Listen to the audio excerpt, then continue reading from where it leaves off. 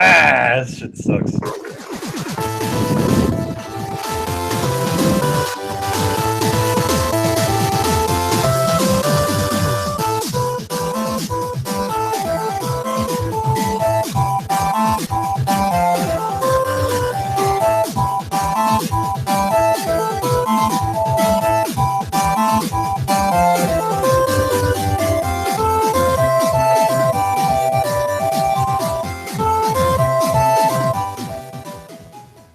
What's going on, everyone? Welcome to Throwdown Your Questions, episode 116. I'm your host, Tony Polanco, and today I'm joined by Emilio Lopez. Sorry about the little mess up there, but you know what? We still got it working. Chris Seeley. Hey, what's up, everyone? Yo, Chris, we heard you first with the dogs. Sorry, I thought I was muted. I was yelling at them. Yeah. Carlos Romero. What up, people? Brian Manjoma. Hey, guys, what's up? Adam Vale. R.I.P. Jimmy Superfly Snooker. Yo, for real, man. And we got we'll talk about that later on, but we got two guests with us. First off is the returning one, Mr. Riku-san, one, the only one. What up, you bitch ass niggas? Back in this bitch. What's good?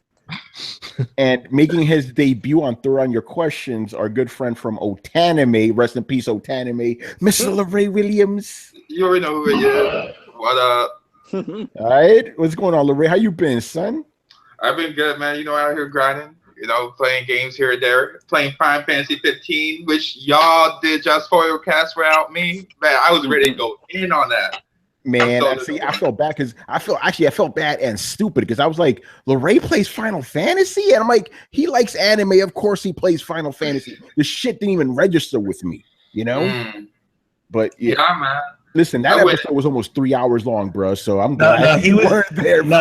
Tony's just afraid that he'd invite you and then you just not show up. Oh God! Damn, you be they just going in off me. Stealing them up like that, man. yo, I deserve it. Just keep it coming. You know, I can take savage, man. By the way, take it. By the way, I think that because of LeRae, right? We started this show. We haven't even really started yet. It's already 16 motherfuckers watching us live. Like that's by the end of the show. That's the beginning. So thank you all for watching. We're gonna get wrenches, but before we do that, I want to give a quick shout out to the Hard Knock Gamers. Chris and I were on their podcast, you know, laying them with some facts. You know what I'm saying? But the funny thing is, Chris and I went on the podcast like under the suspicion that we were gonna have to school these guys on Nintendo because a lot of them are fanboys, right? They saw that presentation, they weren't fanboys anymore. It's a reality check. That's all it is. So it's like at some point, on the it's same like the Matrix. son. You just see through this shit. You're like, oh my God, is that real? We weren't fanboys when we went there, man. I'm telling you. That shit was crazy. We'll talk about that. But yeah, shout out to those guys. And also a big shout out to my man Kofi. I'm going to be on his podcast on Monday. I'll give you some more details about that. Oh, Kofi. Oh, shit. Yeah, my man Press Star Kofi. I heard that rap, man. I heard that rap. Yeah, that rap. Yeah, fuck BG, fuck Tony, and like, Tony. Damn, why he calling you out like that in a fucking rap on YouTube, son?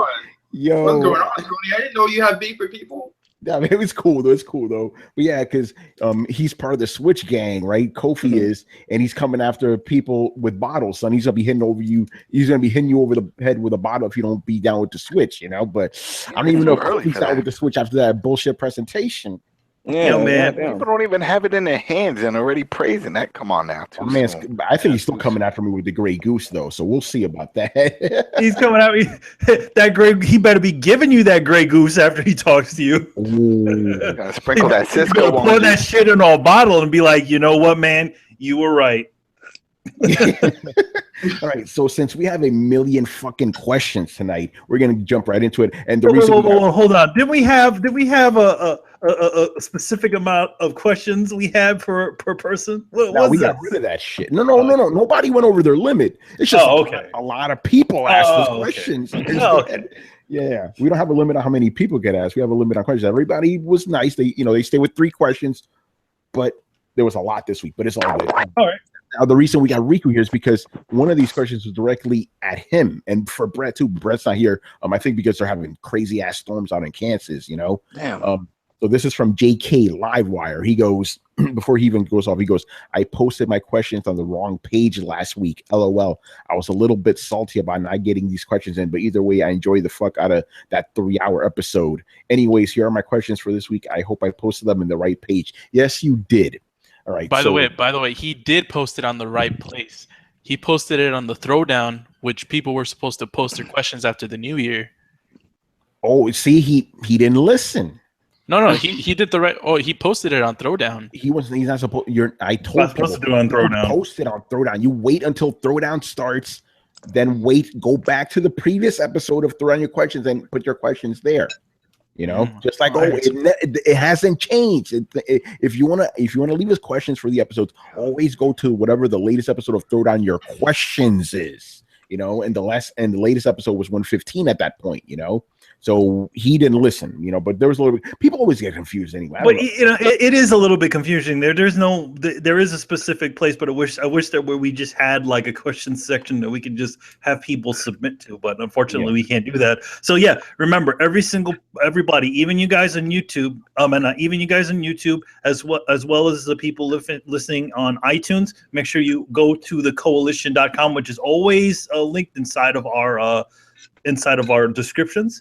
You just go to the link on there, and you just go to the last week's Throw Down Your Questions, and you just put your questions on. Yeah, it's pretty easy because if you go to the coalition, right at the top of the page, it says podcast. You click on podcast. The first podcast you're going to see are the co-op, right? Scroll down a little, Throwdown's right there, and Throw Down Questions will always be there. So whatever the latest episode of Throw Down Questions is, drop your questions in there and try to leave them before 10 p.m. Eastern if you can, you know, because sometimes we don't answer them because it's already too late, you know. Yeah, and Tony starts putting things together, like way before that. Right before that stuff. Yeah. Yeah. All right. So let's get into it. So this is for Riku and Brett, but no Brett here. So just Riku and whoever wants to chime in. Right.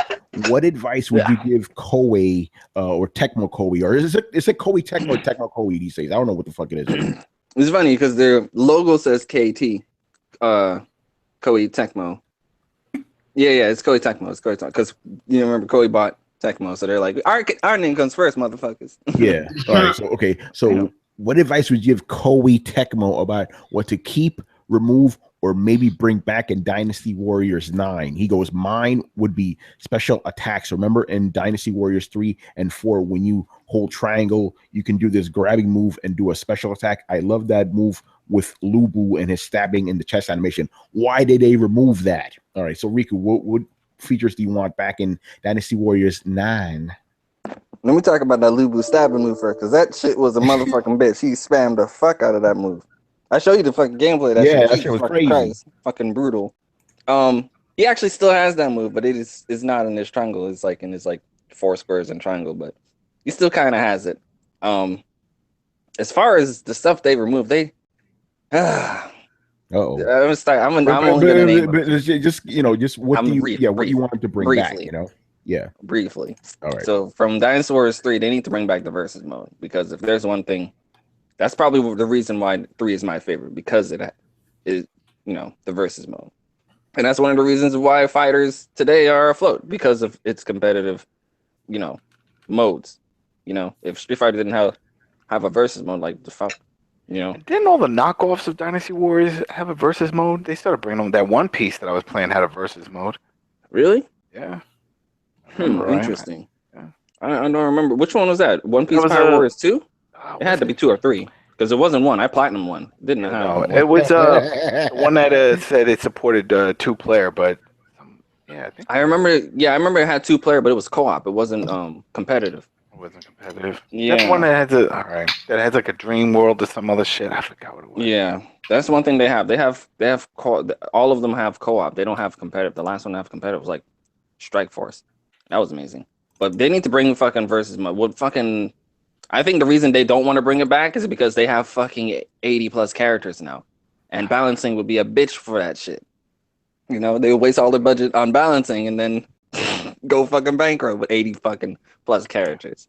But if they did do it, trust me, a lot of people would be playing that game, because, you know, that's one thing people don't like to play with dinosaurs. You know, it's boring and repetitive. Well, if you were actually fighting someone, a real person, it would give you a challenge now. It wouldn't be boring and repetitive.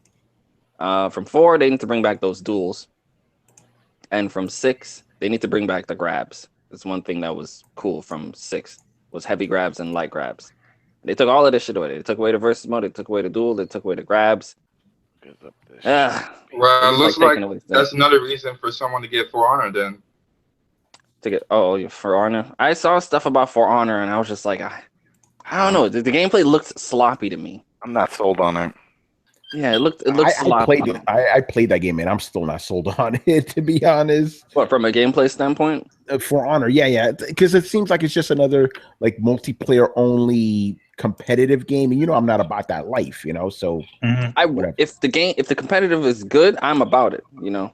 But it has to be the gameplay first, man. And when I saw that gameplay of For Honor, it looked like a combination of Dynasty Warriors, a Souls game, and a little bit of Arkham Asylum, but extremely sluggish. That's what it looked to me, and I was just like, I didn't like how it. Yeah, but it's really more of a MOBA, and you know I'm not really a MOBA guy. You know, you defend this spot, take over that spot, that kind of nonsense. So For Honor is definitely not on my radar. I think if those objectives, if done right with a good gameplay behind it, I'll be behind it. But I'm not about that MOBA life. I'm not about the MOBA gameplay.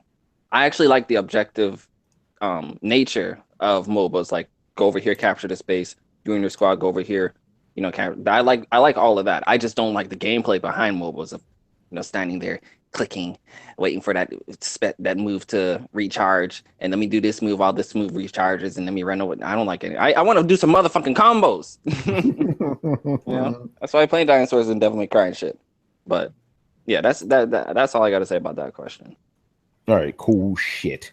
Right. Next up is, oh, by the way, I specifically put these questions in a way so to answer, you know, Riku questions first. I know you're not going to stay for the whole show and shit. Next one here is from John Erdow. This is very interesting. It's a hypothetical question. If there was, and this is for all the platinum hunters here, if there was no way of sharing a platinum trophy with anyone in any way, do you still strive to get them, and why? I like this question. So, Riku, why don't you lead us off with this one? Oh, me? Yeah, lead us off. You're the guest, motherfucker. Sorry, I was okay. He was trying to get a platinum. No. I'm gonna shit. I don't gonna talk about that. Yeah, I would still go after it because sure it was about the bragging rights and whatnot, but if I really fucking like a franchise, yeah, I'll go out of my way to fucking get it, not to brag, but because I love that fucking franchise, you know. I don't brag about how many fucking Dynasty Warriors platinums do I have? 12? Damn. Or some shit. I don't talk about them hoes. Why? Because first of all, nobody gives a shit. Secondly, I do it because I like the franchise. So, you know, and they're obviously not hard, or there are no platinums to brag about. So there are no bragging rights behind those platinums, you know. So if I really like a fucking game, yeah, I'll go out of my way, regardless if anyone can know or acknowledge the fact that I unlocked that specific platinum or not. But there are a few that I'll be like, yeah, motherfucker, I got this shit in Demon Souls back in 2009 when nobody gave a fuck about it. That's the platinum Chris is the most proud of right there. You know? Yeah, Demon Souls. Yeah, Chris, if you could not share that trophy with anyone, would you have gotten out of your way? The question was kind of inspired by that too, you know? Oh, yeah, well, I wasn't really seeking the platinum in Demon Souls. I was just I just wanted to try out all the weapons, so I harvested like literally every stone. The other stuff just came from me playing, like beating the bosses, the multiplayer, whatever other trophies there were in the game. I just got by playing the game and doing the multiplayer. The going after all the different elements and crafting all the weapons, that was just something I wanted to do. And I was like, oh, well, since I'm like 98% done, I might as well just get it, right? I don't care if I couldn't share it with anybody. It was like a personal achievement. Yeah. Yeah, I think that's what strives a lot of, well, at least the people that I talk to, a lot of them, the ones that get the platinums that I talk to, a lot of them don't really care about actually bragging about their platinums. They just go after the ones that they really like, and there's a lot of stuff that they like. But yeah, I do know a handful of people. Yeah, look at this platinum. Look at that platinum. I'll tweet about it, but then I'll move on. Yeah, Manny, what were you gonna say? For me, I mean, I was just gonna say that. Yeah, I mean, I've never really shared my platinums until recently.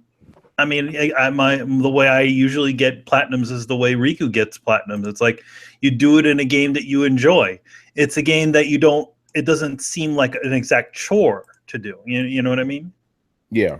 I mean, you and I have had this specific conversation about how if you play a game and you really like it, you kind of feel like you want to not really owe it to game, but you want to honor the game by getting the platinum in it. Yeah, like by taking it all the way. Yeah, exactly. Yeah, like that's my whole thing, and then me, specifically, I'm the guy that was getting 100% in games before platinums or achievements even existed, because same here. Yeah. He's got the save data, son. Prove it. Oh, hey, you want to check out my PS2 memory cards, Adam? What's up? That's what they say. I'm telling you, there's always nasty people out there. Like, prove it, sir. Yeah, but that I've always been that guy because again, like me and Manny have talked about, if you like a game, you are kind of doing it a disservice and yourself a disservice by not playing it completely. Like what's the point of only like playing the game through? Well, that brings the whole topic of what's considered complete. If it's playing the whole campaign or going for the platinum. Some people say it's just doing a campaign because they spent all this time developing the story. And if you want to go and do all the other stuff, find treasures or side missions, that's extra time. I feel like if you consider me going fishing to level up Noctis to get the platinum trophy to finish a game, that's absurd. Like, that's crazy. We got a question about that, by the way. Here's the thing. If there is something similar to that in Final Fantasy X. Well, in order to get the ultimate weapons, you have to do these stupid menial tasks like playing dumb blitzball or something like that, right? Yeah, exactly. It doesn't add. You don't need. But the thing is that obviously, if you're a completionist, yes, you want to get that stupid get Sokka's or Wakka's weapon, but it's annoying. Yeah. So no, see, I'm glad you bring that up because I've had instances like that in Final Fantasy X. There were some requirements to get those ultimate weapons that were so stupid. I tried my best. I couldn't get them. And even till this day, I still feel bad that I never got them. Like they were annoying as shit. I let it go on purpose. I had other games to play, but there's always that nagging feeling in the back of my head. It's like, you didn't actually finish this, bro. You didn't finish it. So for me personally, it is a compulsion. It's like, gotta get it. You gotta at least get 100% in the actual game. Even if you don't get the platinum, I still want to see that 100% in the game. You know what I mean? Story completion. Yeah, but even then, it's like Tony. There's like the Grand Theft Auto ones where it's just like they have to 100% in those. Yeah, you always got 100% in those.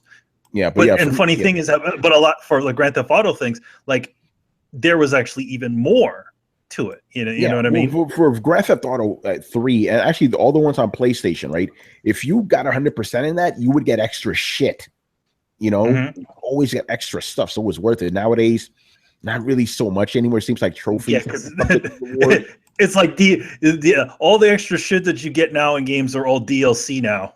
Yeah, exactly. But hey Brian, why did you want to get the platinum in Senun? It's Senran?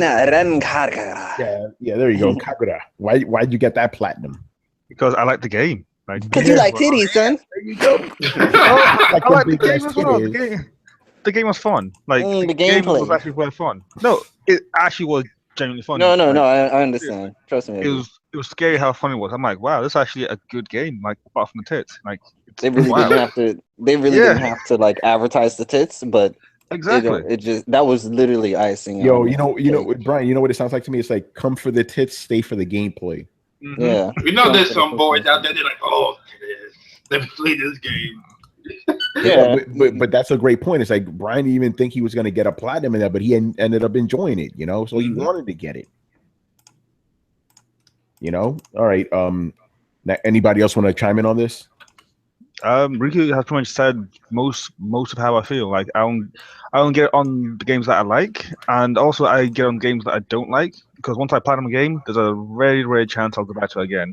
Yeah. Hence why there's quality on my thing because I'm not a fan of that game. So because I platinum it, I'd never even play it again. I think the only go ahead, Ray. Yeah, Ray, go ahead. I think that there's like a thin line between loving the game and hating the game for getting a platinum. Because like I see so many people get so frustrated with a game they turn it off, get away from it, just because they try to get the platinum, and they don't enjoy the game as much because they're trying to get a platinum. So it's ruining their experience sometimes just to try to achieve getting a platinum. Yeah, I could see that. Actually, that's a great segue to the next question here from Seth. He goes, listening to Chris talk about how he had his Demon Souls Platinum, I have to ask something. Since it didn't sound enjoyable and it sounded like a waste of time, why do it if the reward is only a virtual trophy that means absolutely nothing? 130 hours later, all I need to plat Final Fantasy 15 is a fishing skill cap. Fishing is boring equals no plat for me. So yeah, I know there's definitely instances in games where like you're like, oh my god, why am I still playing this? For me, and I've said this before, I'm gonna say it again, was Final Fantasy 13. I played that game for 2 weeks right after I had pretty much beaten it, just to get this one trophy to get the platinum. Grand Theft Auto Stories came out. I had been waiting for that for like a year because they didn't come out on PlayStation, but I couldn't play them because I was grinding to get this one fucking trophy in Final Fantasy 13. That's the game that made me go, okay, Tony, you don't got to get platinums in every fucking game, because that was back in the day where I would get a platinum every game, even if Prototype. So that one broke you.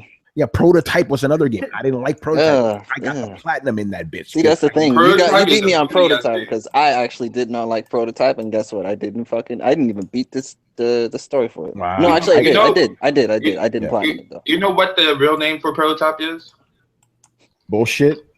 Oh, Hulk Ultimate Destruction. No,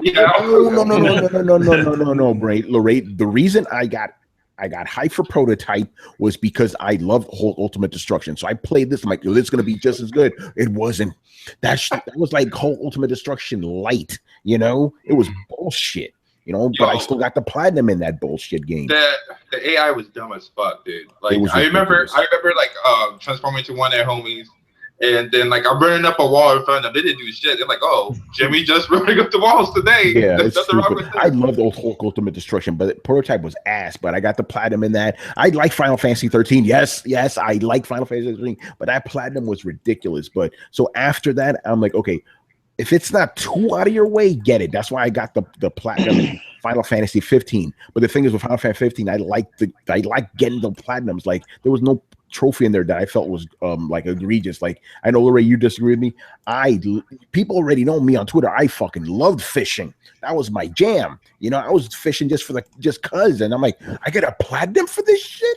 I'm gonna keep doing it. I got the big ass. I got like 2 of the biggest fishes in the game. I think there's one more somebody was talking about. I'm gonna go get that. So it was like the fishing mini game actually fun?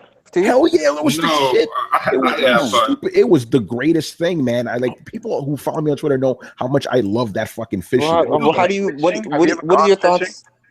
What are your thoughts on the fishing mini game in Persona? Since you're playing Persona right now, I haven't played it yet. Actually, the fishing in that, you know. Let me know how you feel about that one. That one was pretty good. Okay, because I'm gonna do before that is I'm gonna read all the books first, you know, and then I'm gonna do it fishing. But I don't know. There's just something weird with me in fishing in video games. I like fishing in Yakuza, and I even like the bullshit fishing with Big the Cat. Oh wow, really? Oh my god, that shit was so frustrating. That was actually the worst of the fishing mini games. That was horrible, but I still enjoyed it on a fundamental level. What about fishing with the Wii? The Wii fishing, and it had its own little rod. I didn't play that shit. I never owned a Wii. Yeah, but yeah, the fishing in Final Fantasy 15 gave me a weird sense of like euphoria that I wasn't expecting. You know, I got obsessed with that shit. Boy, I'm like, oh, new fishing spot. Let's fucking go. I'm stopping right now. Well, it's different from most fishing mini games because you have to buy a line. The line has a health bar; it can break. Also, bait. You have to buy bait. So and you level up too. And it felt like an RPG. Too. You know, it's like RPG fishing. I think that's why I enjoyed it too. It's also. Like I mean, if you think about it, that's also real life. Kind of a lot of things that go into real life fishing. Mm-hmm. You know, you have to make sure you get certain types of lines. You have to get certain lures. You know, you're essentially trying to somewhat simulate fishing in a video game. Yeah, I thought you did pretty without it being Bassmaster. Yeah, I think Yakuza did a better overall job. If like in Final Fantasy, it still felt too easy to fish, and Yakuza, there's work you got to put into it, you know. But it's like satisfying work. Final Fantasy 15, the game kind of did the fishing for you for the most part, you know. As far as the fishing mini games and all of the fishing mini games that you've played, which one is your favorite? Or probably best? Yakuza 3. Yakuza? Yeah, okay. Yakuza was really good, man. That was really good fishing. I'll have to give it to Persona, but I haven't played a lot of. I'm gonna try. Is Persona and like an actual game itself, or is it just automatic? It is an actual game. You actually have to, I would say put some effort into actually getting that fish once it bites onto the bait. If that's what actually, I got a really dumb question. Where do I buy the fish hook? I don't even know what that Dude, is. I can't fucking remember. You might have to look that shit up. That's why I think it has something to do with shit, the temple or something. Like I think it has something to do with that. Yeah, because I was like, where do you even fish? I haven't seen anywhere in the Yeah, map. it's it's definitely something you have to I go know out. where to fish. You got to fish in the beach, right? I found the beach, but I don't know. I don't have the fishing rod. Yeah, I think there's two places you can fish: at the beach and then at the shore. Yeah, but anyway, for anybody else who goes out of the way for platinums, why do you do it? Fun. Brings life to a game that you probably would have put down, way on in the beginning of it. I don't know. It just, for me, it's just like, for example, I was just telling you guys, I went back to LA Noire. It's a cleanup stuff. It's a fun game, and it just gives me another reason to go back and play it. Yeah, I was gonna say that. It's for me. It's replay value. It's the content that's in the game. But I do agree. There are sometimes. There's always, well, not always, but I would say 90, maybe 85% of the time, there is that one fuckboy bronze trophy that will frustrate you. Like the most recent platinum I got, Xenoverse 2. There was a fucking trophy where everyone here watched Dragon Ball. You remember in Dragon Ball where you Master Roshi threw the rock into the forest and Goku and Krillin had to go and get the rock? Yeah. Was that in Dragon Ball? That was in Dragon Ball. That was one of the training sessions that Master Roshi made Krillin and Goku did when they were kids. He threw like a stone into the forest and they had to go find it, and then Krillin did some fuck shit to beat Goku in that training, as far as I remember. But the point is, there was a fucking bronze trophy in Xenoverse where you have to find Yamcha, and Yamcha throws these fucking stones out into the fucking Xenoverse hub world, and you have to go and find those hoes and give it back to him. That's the easy part. The hard part is actually getting Yamcha to fucking spawn after you finish a mission. Sometimes, like after you finish a mission, he's supposed to be there and ready to give you that mission. But like they said, if you beat the game before doing the whole Yamcha shit, it's gonna be like a fucking 2 out of 100% chance that Yamcha is gonna spawn into the hub world and give you that mini game. And to get the trophy, you have to play that mini game 10 times. That means you got to get Yamcha to spawn 10 times, and he's barely fucking. You can play like 30 missions and Yamcha won't spawn. Hey guys, catch this rock! This forced me to have to go and create a new character to actually get Yamcha to spawn, because, like I said, his chances of spawning went extremely small once you reach the end of the game. Dealing with one like that now. And why doing stupid tasks like that make you feel like you complete the game? Like that's stuff I don't understand. Yeah, I think that was my last trophy. I agree with you. That's why I appreciate when developers give you platinums or trophies or whatever that are like, okay, this makes sense. This is actually enjoyable. Not dumb shit like that. I hate those kind of things. Yeah, there's one that's for Titanfall, Become a Master. And that gauntlet part? It's at the beginning where it's like the training. Yeah. It's like you have to score within the top 3 of the leaderboard. And it's like 23 seconds, 24 seconds. Are you that kidding shit me? is crazy. I've seen videos of these guys. They did it 20 seconds. And I'm trying, and I'm like, I can get it down to like 45, and I'm like, that's still not good enough. Yeah, no, it's crazy. But it's a bronze. It's a bronze. I know it makes no sense. But at least with a trophy like that, that's skill based. You could eventually get it, But like luck based trophies, I hate those. Yeah, luck based trophies are not cool. And of course, our favorite trophies of all, multiplayer trophies. Those are the worst, because especially if there's no online community, like for a game that, let's say for some reason you like this game, but it wasn't a popular game, and it has online trophies, and you really want to really do the completionist on that. Carlos, I got a story. This is a good one. This is a good story on this. Carlos, do you remember when 360 launched and they had when NBA, we saw the NBA Live series? Yeah, the inferior series, I would like to call it. There was one of them, and it had an achievement, and all the other ones in the game were easy. Do the dunks and this and that. But there was one that was like get in the lobby with 50 people. No one fucking played that game. There was never 50 people in there. Shit. So I remember on all the forums and boards, people like set up dates. Everybody on this time and date, get on, you know, and it's like sending messages. Tell your friends if they got it, go rent it. You know, you see everybody filling up on and sending messages back and forth just so they can all get into the room because there was never enough people playing that shit. That Yeah, was well, pain in the you ass. know, since we're talking about that, Manny, you know which one you were. I thought you were going to say it right there. Manny and I were some of the few guys that played Brutal Legend. Nobody It was an awesome game. playing this shit. You know Yo, what I was I, playing? I played it. No. You might have played the normal game, but we went through and played the online part of the game. Nobody was playing that Yo, shit. Yo, I played Brutal Legend until I found out that was a real-time strategy game. was I like, didn't even know Brutal Legend had them online. Don't. I get didn't me know it had started. online. The way that game fucking tricked us, son. You played. Remember the demo for that shit? Yeah. It was like a hack and slash. Well, this is dope, and then you get halfway Yeah. through. It's like, wait a minute. You know, Like, but Manny and I got the platinum in that fucking game, but we had to go through that. We eventually found each other online and just kept playing each other till we got the trophies. That we was it needed. because we were like the only two. There's only one. The night that we kind of There was one other guy there, I believe. buffed the thing, and we literally sent this guy a message like, "Dude, we're trying to get the trophy, so keep on. Like, we're gonna try to keep on doing. So if we do this, we'll try to make somebody win. We had to have a certain amount of wins and loses online. I think that was and that guy was down. He joined He was us. It was down. just a complete stranger. It was like, yo, we're trying to get this trophy. And like, you want to help? He's like, yeah, we'll help you out too. So we kind of built a crazy like I didn't even know it had it online. It did. Yeah, it was bullshit. The game shouldn't have had online. That was the beginning of tacking multiplayer onto games, you know. Mm-hmm. And then I'll say it for another day. That Grand Theft Auto 4 Platinum was ridiculous, man. You talked about it a couple times in the Hard. you know? Toward the end, it's like it's unforgiving. And No, you start all the way back at the beginning of a mission if you screw up. I gave it's up. not. It's not that. No, It's it wasn't that.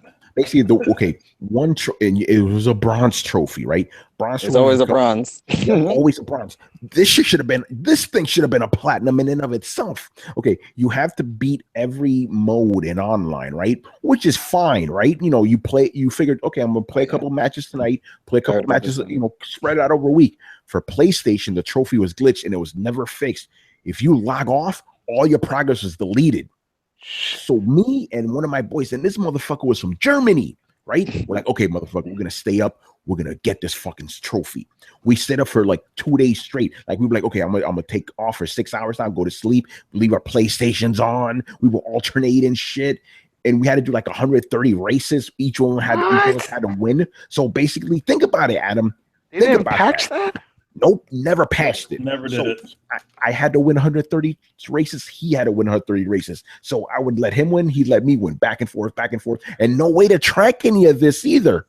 You had to just keep it in your head, you know? So oh my God. After 48 hours, finally got that fucking trophy. I'm like, that motherfucker. For you guys who got the trophy for Grand Theft Auto 4, you already know what I'm talking about.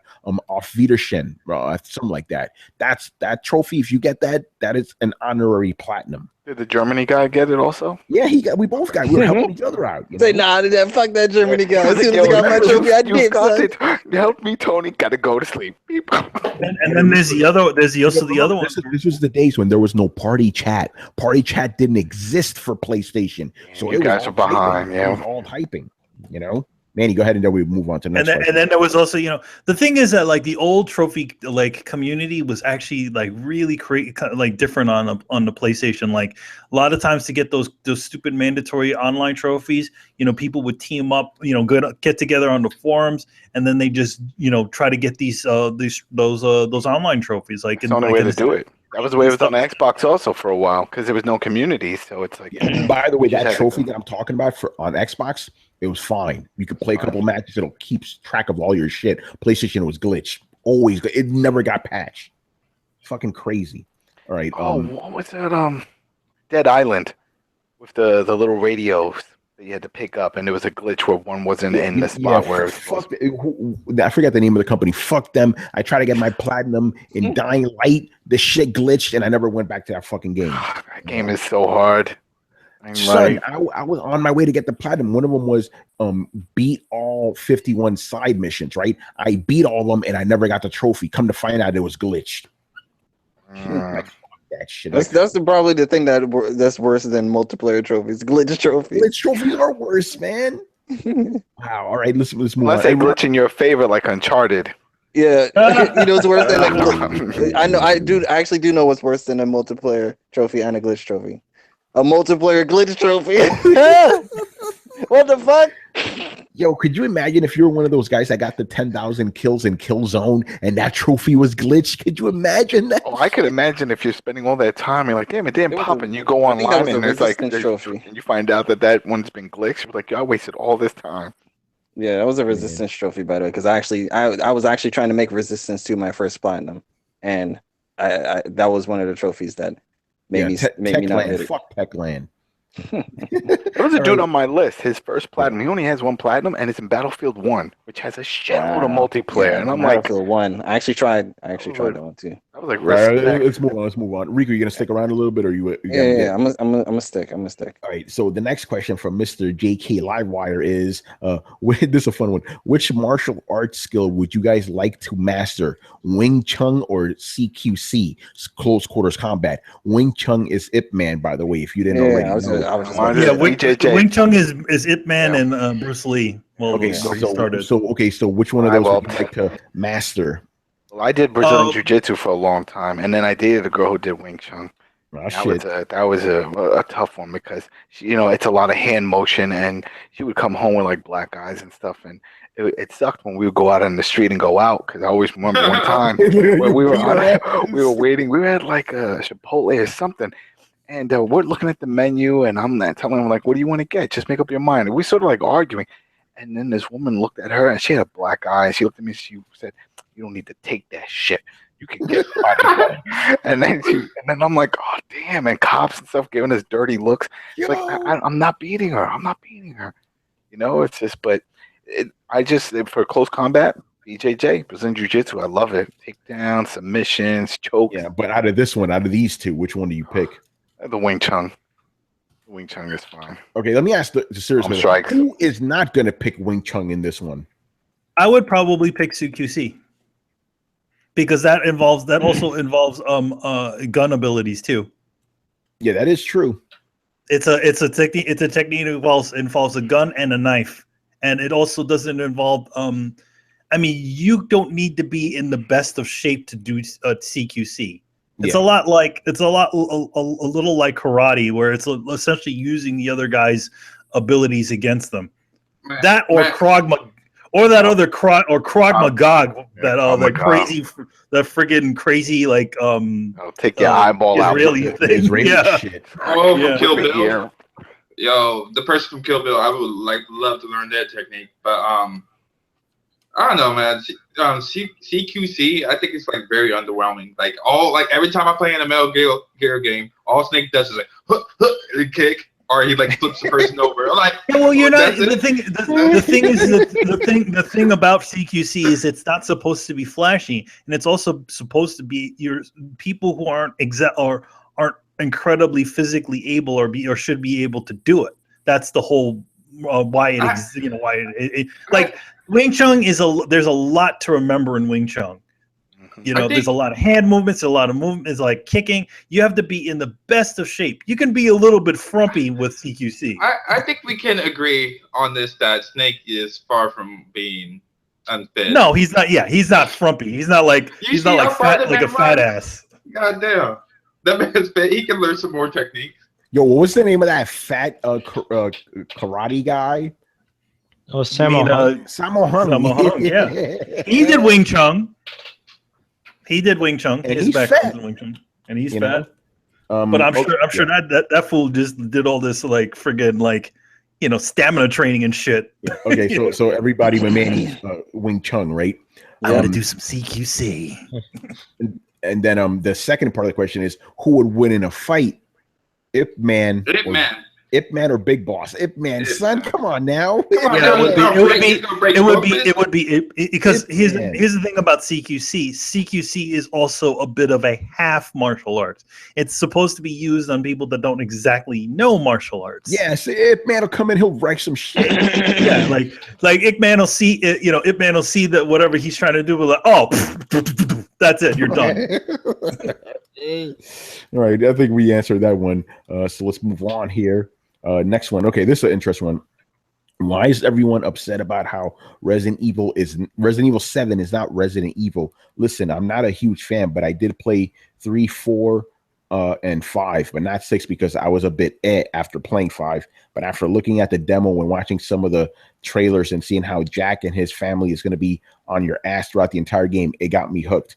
But why are fans so pissed at this game? Is it because we're not playing as the main protagonist of the main games, or that we haven't seen any zombies? Are people pissed off about this one? That's the thing I'm asking. Like, most of the response I've seen, people are actually happy about this because Resident Evil 6 was such a horrible game. People are welcoming any change now, you know? So I want to know who you're talking to, man, because all the people I've been talking to, like, yeah, man, change that shit. Let's get something different in this bitch, you know? Well, like, I haven't heard any negative feedback, but I think if there is any negative feedback, I think it's because it's a first person, correct? Yeah, it is first person. Yeah, it's in first person. So like, I feel like it's borrowing from those other scary games, like Outlast. Outlast. Yeah, like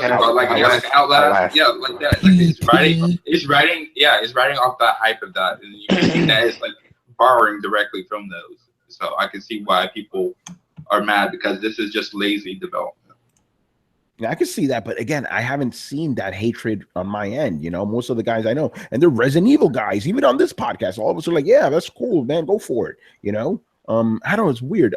But I guess I guess it could be like a Devil May Cry situation. Like maybe some people see that change as being too radical. They want it to be whatever it was before. I could get that, but I don't know. I haven't seen any hatred on my end. Was there a negative response? Was there a negative response when Devil May Cry was unveiled? The new one? Yeah, the one from Ninja Theory. Oh my god, that was a huge uproar. No, as soon as they saw the new Dante, everyone was going crazy. Yeah, they lost their minds. And I was like, yo, I'm just gonna chill and see what happens because I have a feeling like if you looked in the trailer, you could see like Dante's hair was getting wider as he, as the trailer progressed. And that was his devil trigger, right? It was his. No, it wasn't just his devil trigger. His hair progressively gets like wider.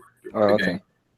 And like towards the end, it becomes completely white. So it was like it was in Devil May Cry 1, the original one. Wasn't that supposed to be a spinoff of Resident Evil? Yes, it was. Yep. And wasn't I remember people were mad about that being even remotely connected to Resident Evil when it first came out, but obviously they came around and what were they trying? How are they trying to connect it? No, it's because it started. No, it wasn't that it was connected. It was that it started off as a Resident Evil game. And in fact, you can see that a lot in the first Devil May Cry. It's the same with what eventually became Onimusha. That was also has a little like it has connections to Resident Evil, but Devil May Cry was supposed to be a actual Resident Evil game. Yeah, but what happened with Devil May Cry was it was so different. They were like, you know what? Let's just do something else, man. You know. But you can still see the DNA of Resident Evil in there. What's up, Ray? Like the camera angles. What happened, Capcom? What happened to Onimusha? Where's my Onimusha, Capcom? I've been asking for that. You know, I'll tell you what happened to Onimusha. Whatever happened to that last game? That last game was pretty crappy. Onimusha 3. So you're only as good as the last game that you put out. That's someone who said that. They put out another one after that. Onimusha Dawn of Dreams or something like that. Yeah. Either way, the closest thing you're getting to Onimusha is Neo. Yeah, right. Exactly. And Neo's pretty good, so. All right. It's the closest thing you get to Onimusha. Let's move on here. AKA Samurai Souls. Yeah, AKA Samurai Souls. Right, or Samurai Gaiden. Let's move on here. We got some more from Seth. All right. Some Xbox questions now. Let's go. All right. Okay. Who is the Scorpio's intended audience? Existing Xbox One owners or people who don't own any current gen consoles? Oh, existing. I agree with you. I think it's for There's no way. I mean, no. Somebody who's not familiar is not going to shell out whatever amount, and it's not going to be just competitive. It's going to be on the high end. No one's going to drop that money. They're just going to be like, well, what's the difference from this and the other one? Can I play the same games? Yeah, you can play the same. That's enough. Thanks. I'll just get this one. But at that point, it'll probably be like $150, 175, dirt cheap version, 500 gig. Who knows? My answer would be it depends. If this is truly a premium console, then it's for the hardcore guys, the guys that already own it. But if this is, it depends on what the price is when it releases. If this costs around $300 to $400 when it releases, then this is intended for everyone. Yeah. Man, if this thing is not a quote unquote premium console, we're gonna get on their ass about that. Yeah, definitely. It's like, and also, as long as if it's not big, like I have a feeling they're still gonna go big, like the VCR type big. You know what I mean? It's like, why did they even do that? I mean, they made the 360 slim. Remember when they shrunk it down? And then the X1 comes out, and it's like an old school VCR. Well, you saw the unveil trailer. Like they had that they had like a proper sized graphics card in that. So it can't be that small.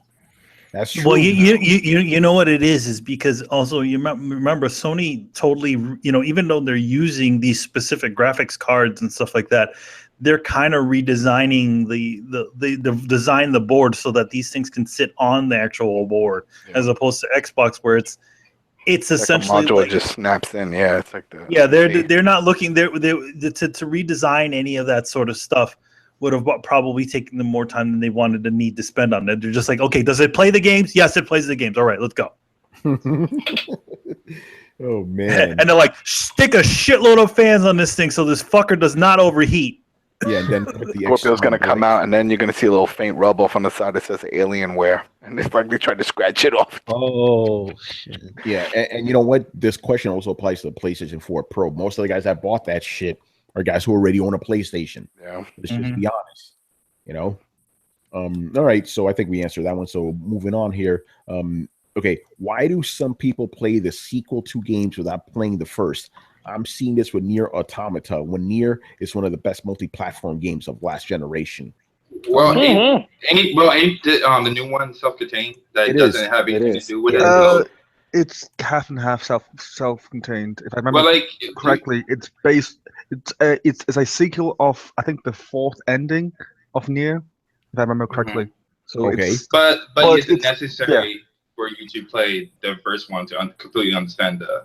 I highly doubt it. But I think it goes based off of hype. Like Watch Dogs bombed, and then you see Watch Dogs 2 getting all these great reviews. You probably have friends that play. I'm like, you know what? Do I need the first one? No, you don't. It's a different story. Yeah, exactly. But like the first story, the story of the first one does not cross over to the second one, so it's not necessary. So like what these developers are realizing is that like they explain their audiences if they allow them, if they don't make the story bridge from the first game to the second game, so a lot of new people can come into that franchise and play that game. So yeah, to me it depends. Like Nier Automata, you don't really need to play the first one. It's fine. You're probably not going to miss too much. Your experience will probably be enhanced a little bit, but you're probably not going to miss too much. But then you got shit like Mass Effect 2. Imagine jumping into Mass Effect 2. This little PlayStation guys, right? Exactly. You missed all that shit. You need to play that first game, so like even their half-assed thing that allows you to make all the decisions from the game, from the previous game, that still doesn't give you an idea as to what the things that you're doing inside of the game. It was the worst part of that original Mass Effect.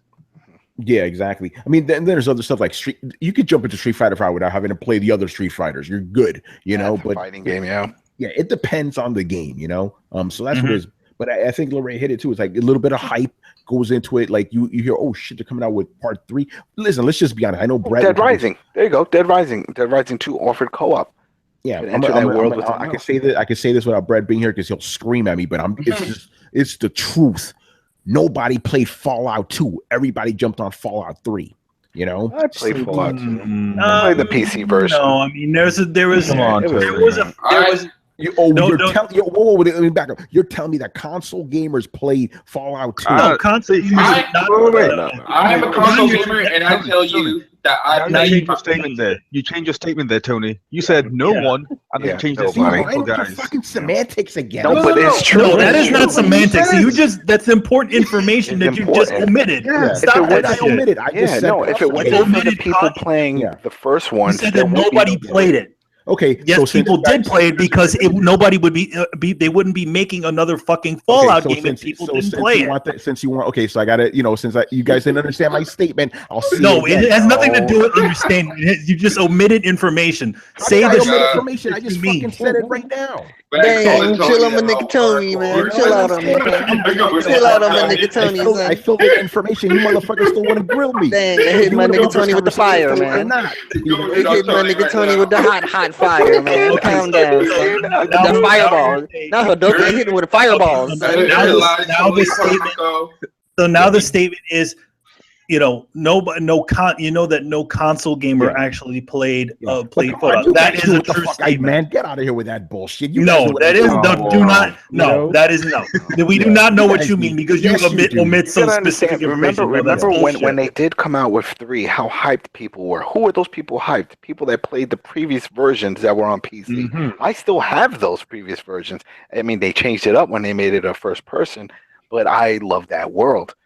So there was a lot of hype behind it. Most guys didn't play the first 2 games. It's just like Final Fantasy 7. A lot of people never played the other Final Fantasy games. They jumped on that one. I think definitely. I think that definitely that the one thing about it for people who didn't know about the games was just the impressive cinematics in that game. But then what happened after that? A lot of people were pissed off at the Final Fantasy because, like, yo, man, it's this game where you don't control the characters. Yeah.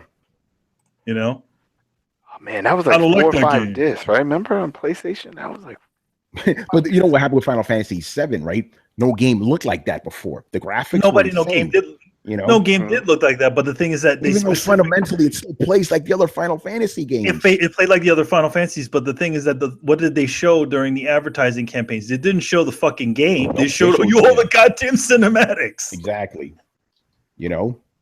By the way, I like how that segment erupted into a fight because I was like, "Oh, Brett's not here. No, nothing's gonna happen. Nothing's gonna happen." Nigga got lit the fuck up. He was like, "I can get away with this." Brett's probably gonna. I can get away with this kind of information. No, man. Brett's over there rolling over. You motherfuckers, you're just grilling my ass right now. You knew. No, it has nothing. I honestly did. Tony, they was like, in honor of Brett, I'm gonna light this nigga on fire right now. No, they're not grilling. They're not grilling you, Tony. They're roasting your ass.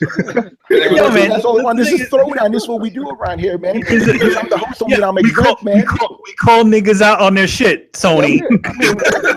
Just think about it. There would be no 3 if there were no 1 and 2 and that they sold. Because why would somebody jump in? You know that a lot of the Fallout 3 guys were not guys that played the original games, and you can't deny that shit. No, you can't because argument, though. That's not the argument. Shit, that is the original argument. No. I got my Fallout 3 lunchbox right here. So here's someone else. This isn't Manny because he's like he was the first one, and then Adam, and then Larray. So they all agree, and I agree with them because when you said, no one played the original Fallout or Fallout 2, and I was about to say, are you kidding me?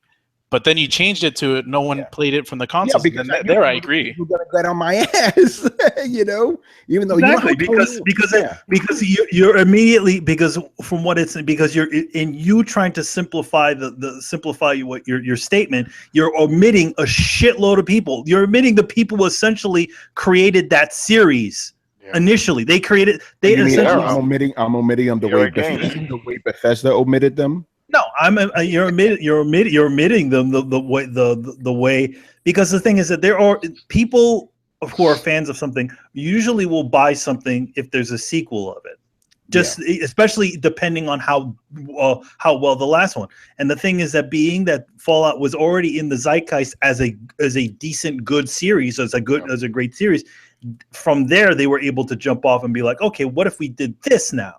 Yeah, but I also think you can't all of a sudden create certain game 3 and the last game was just the last couple of games were just a piece of shit. Yeah, but no one ever said they were pieces of shit. I'm just saying, and you guys can't deny this, that most of these console guys didn't even play Fallout 2. No, well, it's the same. It's the same with Diablo. Most console people did not play the probably for a lot of people. You're 100% right about that. Or what about Grand Theft Auto when you would walk around, pick up a phone, and fart? Yeah, Adam, that's a good point though. Grand Theft Auto was on consoles most guys didn't play those original. Yeah, when you just walk around farting and stealing a car and driving around. I miss that. I think here's the thing. I think people did play it, but I think that once they you're talking about a situation where each one of these things reinvented the wheel on their, on their later outings. Like as opposed to kind of sticking to the same top angle thing. They're like, no, we have a more powerful thing. We can take this this open world idea, which also the original Grand Theft Auto games were open world games. Yes, they were. But we're going to take this into a more impressive stage where it's a 3-dimensional environment. Yeah, Metal Gear did that too. Yeah, exactly. Yeah, that's right. You look at the original Metal Gear on NES, probably not a lot of dudes. Not a lot. The thing is that, again, I always say this: you're only as good as the last game that you put out, and the last game for a lot of Americans that we played was Metal Gear Snake's Revenge, and that was a damn awful game. So obviously that totally killed the franchise. So I remember the damn franchise, but I mean, and me and Adam, but the thing is that you wait years on, it's like, okay, so it's at the point where it's all a total new experience for people. Yeah, and gamers love sequels, right? It's like, oh, this is a new game, but it's a sequel and it's something established. Well, the thing is about Metal Gear, nobody knew that it was a sequel. Yeah, nobody knew that. You did. Even though in the game they actually do give you a background as to what happened before in the 2 previous games. Yeah. But it also doesn't act like a sequel. Yeah, exactly. All right, let's move on. I think and to bring it back, that's exactly what Nier is kind of doing. It's not treating itself like a sequel. It's like, if you do know shit about the original game, that's cool, but this is the thing now. Yeah. All right. Next question. This one probably not going to be controversial in this group, but it will be controversial to some of the fans that like a certain green box. Will Xbox become a service one day? And here he gives some examples here. This is Seth. Forza Horizon 3 multiplayer focus, multiplayer focus with microtransactions. Gears 4 multiplayer focus with microtransactions. Halo 5 multiplayer focus with microtransactions. Halo Wars 2 multiplayer focus with microtransactions. Crackdown 3 multiplayer focus. State of Decay multiplayer focus. This is the easy one. Yeah, State of Decay 2 multiplayer, CS multiplayer, Forza Horizon. Wait, quick question. This got shot down already like a year ago when Call of Duty was killing it in the competitive gaming and MLG. I'm not gonna name the rest of it. He named literally every fucking Xbox. Yeah. Quick question about the Scalebound. Was Scalebound supposed to have multiplayer? I didn't even know about it. It showed the 4 players in like one. Yeah, okay. Oh, yeah, that's right. Yeah, by the way, here's some games he just lists just because Quantum Break didn't sell, Record didn't sell, Sunset Overdrive didn't sell, Tomb Raider didn't sell. So he says, with all this in mind, do you think Xbox will become just a service one day? We've talked about this before. I wouldn't be surprised if Xbox actually just becomes a service on PC one day. Yeah, I think that's what the idea. That's where they're going. That Xbox is a service that you can only get on Windows platforms, and the Xbox One would be tough. Windows platform is why. But the thing is that they would be competing with Steam, and so that means that their exclusive IPs would have to be very strong. Yeah, because right now Steam has the majority of PC gamers. Well, that doesn't stop Ubisoft or EA. Yeah, but there's no one on it though. They're always having deals. They're just trying to get rid of some, digital codes. But when it comes to a community, come on now. But this no, I mean the thing is that the thing is that the community still exists. It's not like you're creating a whole new service. You see, the Xbox community still exists, and for some people who they feel like maybe that the Xbox console is not giving exactly what they want. They still have the choice of going onto a PC and still enjoying those great games and not having to invest in a new box. And you can I could see that, but I don't see it as a full service. If that's the case, then they're just going to be releasing some games. I think that's the Xbox, I think the future for Xbox is the gaming division of Windows. That's what I see it as. I see that. All their games are coming to PC now. Yeah, even it works on PC. So Xbox, the gaming division of Microsoft, works on anything that's Microsoft. Yeah, I see that. But the only question is, where are the console guys? The community. Where are they going to turn to? You know, because I don't see them. I don't see them becoming PC gamers overnight. You know. No, I don't. Here's the thing. I think the Xbox. I don't think they'll get rid of the Xbox.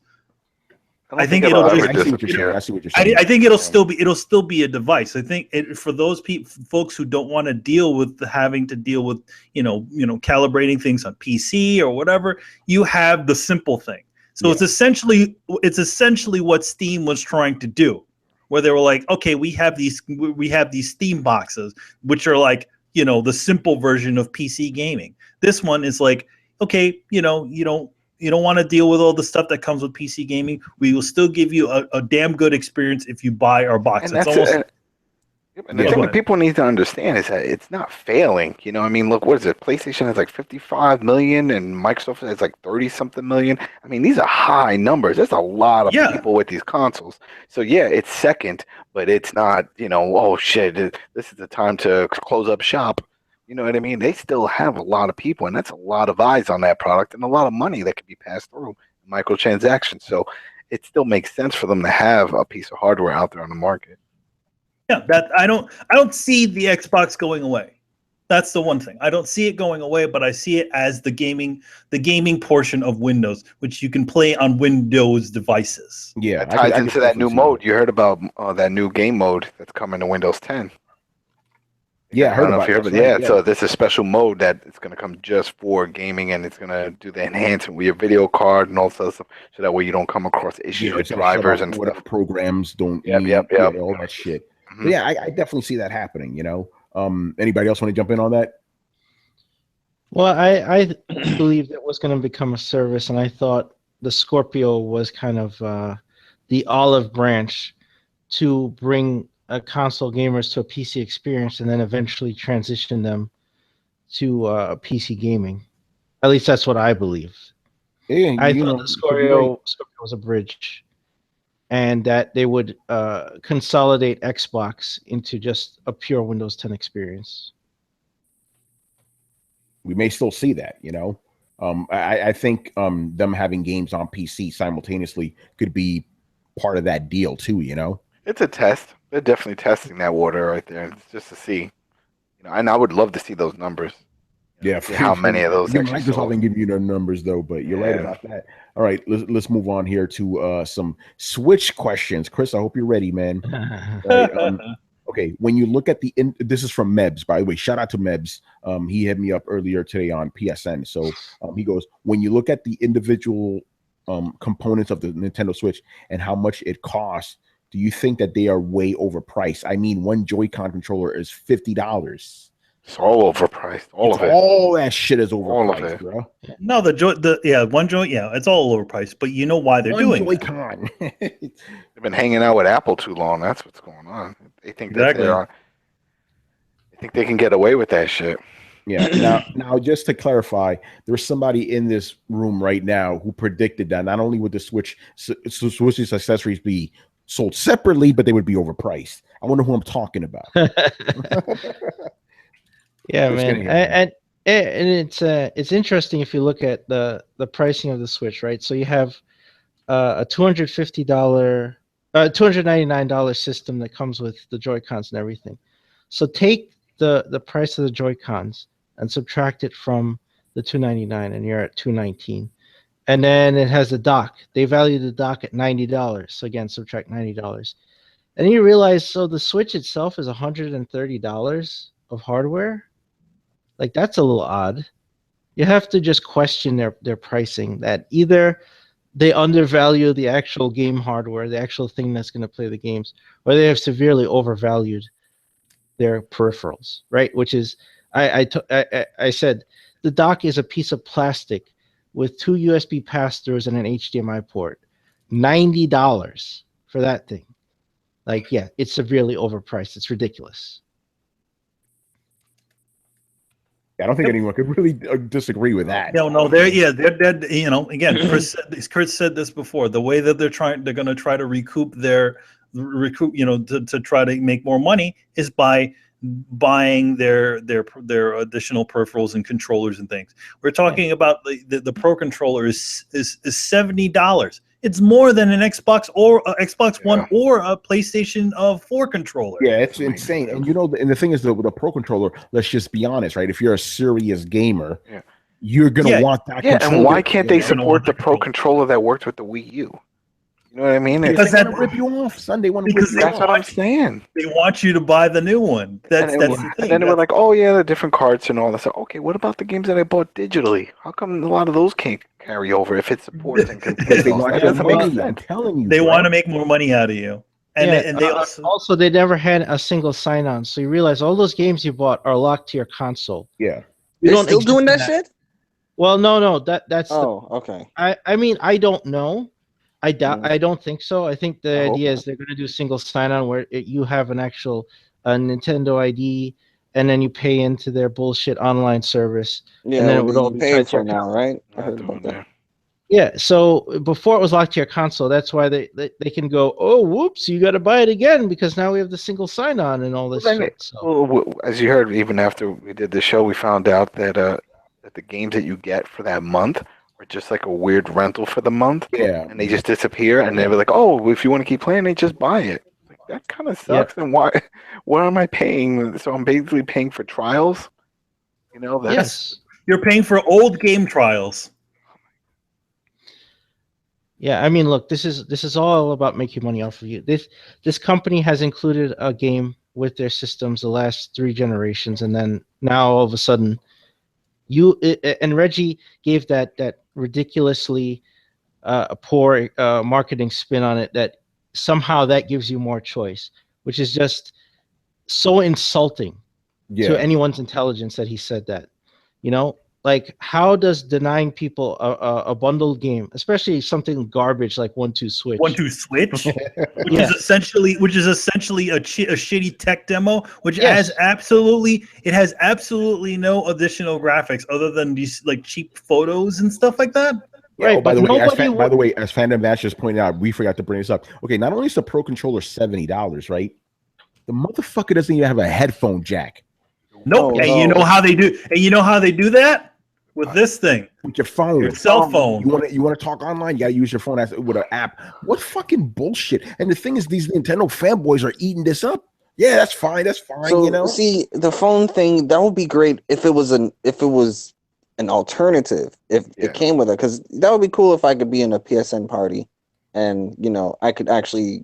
Like how you could be on your Vita or your PS4 to be in a PlayStation party.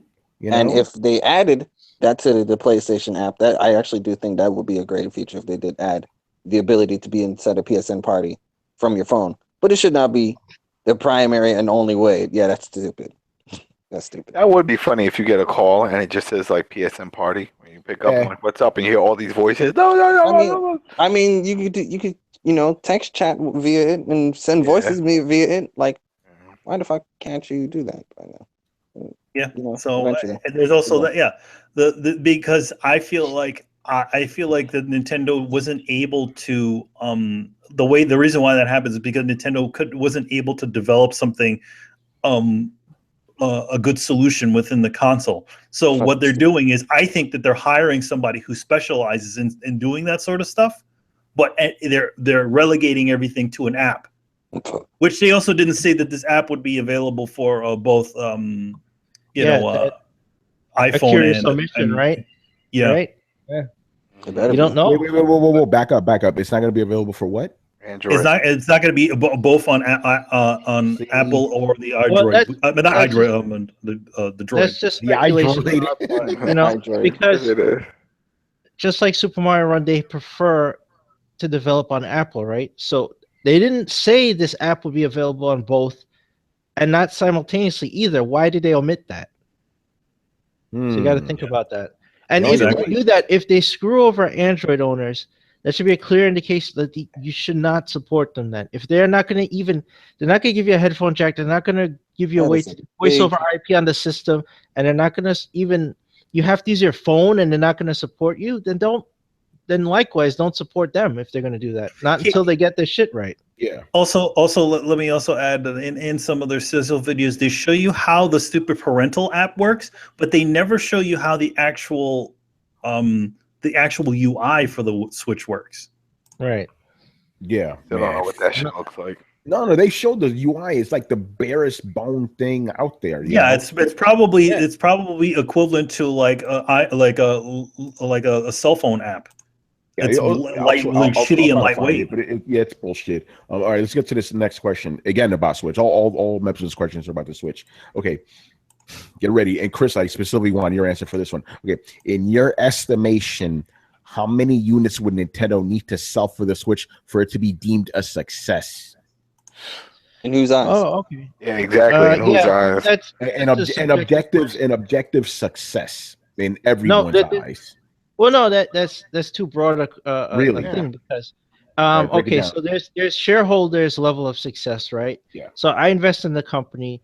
I want it to be successful. That means I expect you to sell 12 million in the first 90 days, and then going forward in the first year, I expect 20 million, and then over 5 years, I expect 90 million, right?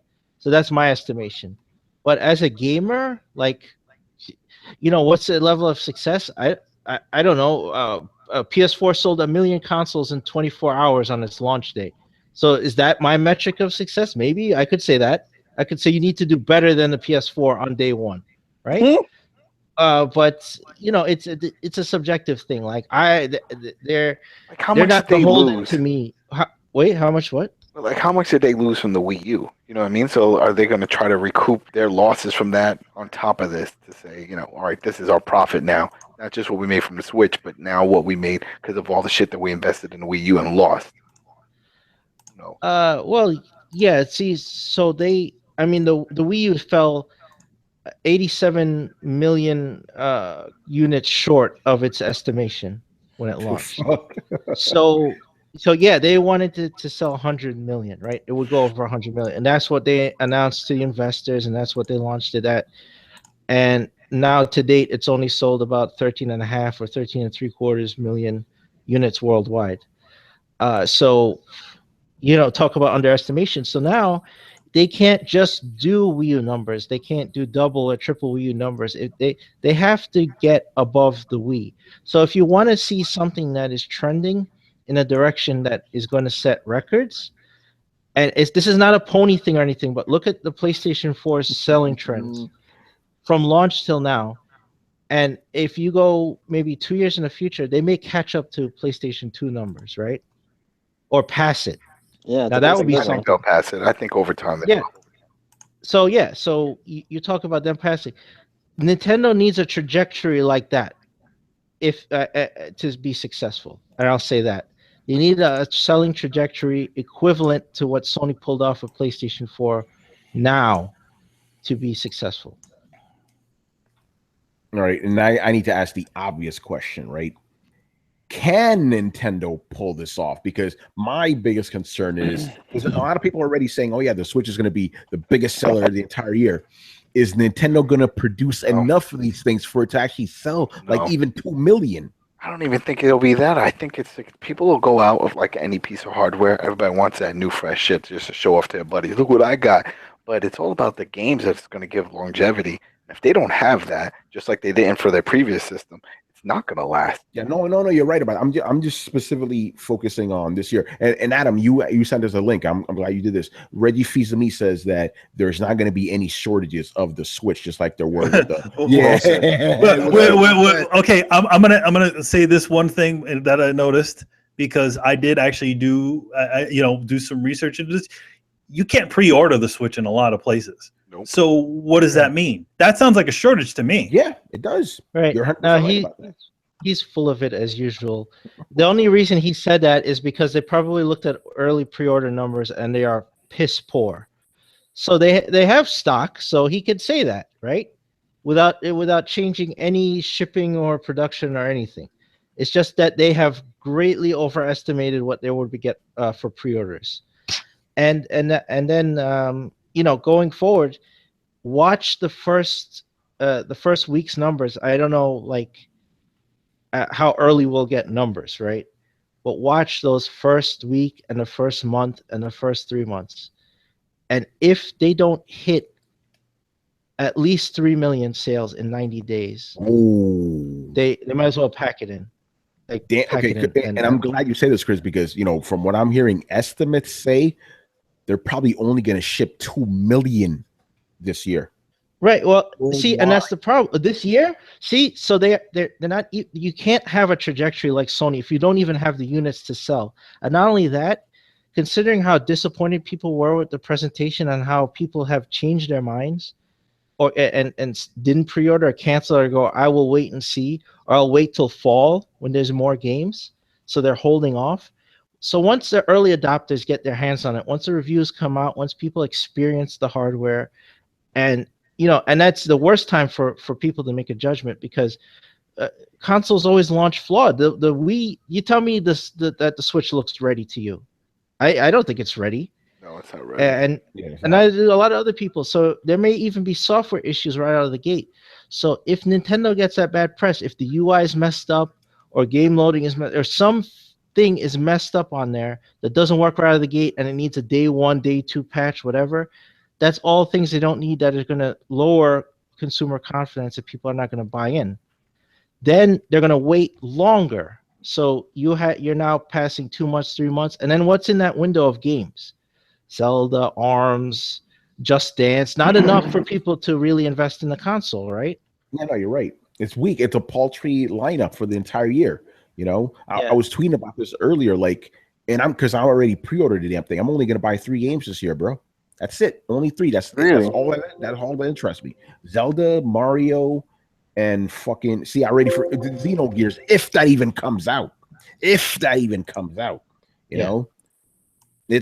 don't know, man. Nintendo, 2 million, that's all you're gonna produce, really? I don't know, man. And then people are going around saying, oh yeah, this thing's gonna beat out both PS4 and Xbox MPDs. How, if there's not gonna be enough systems in fucking stores?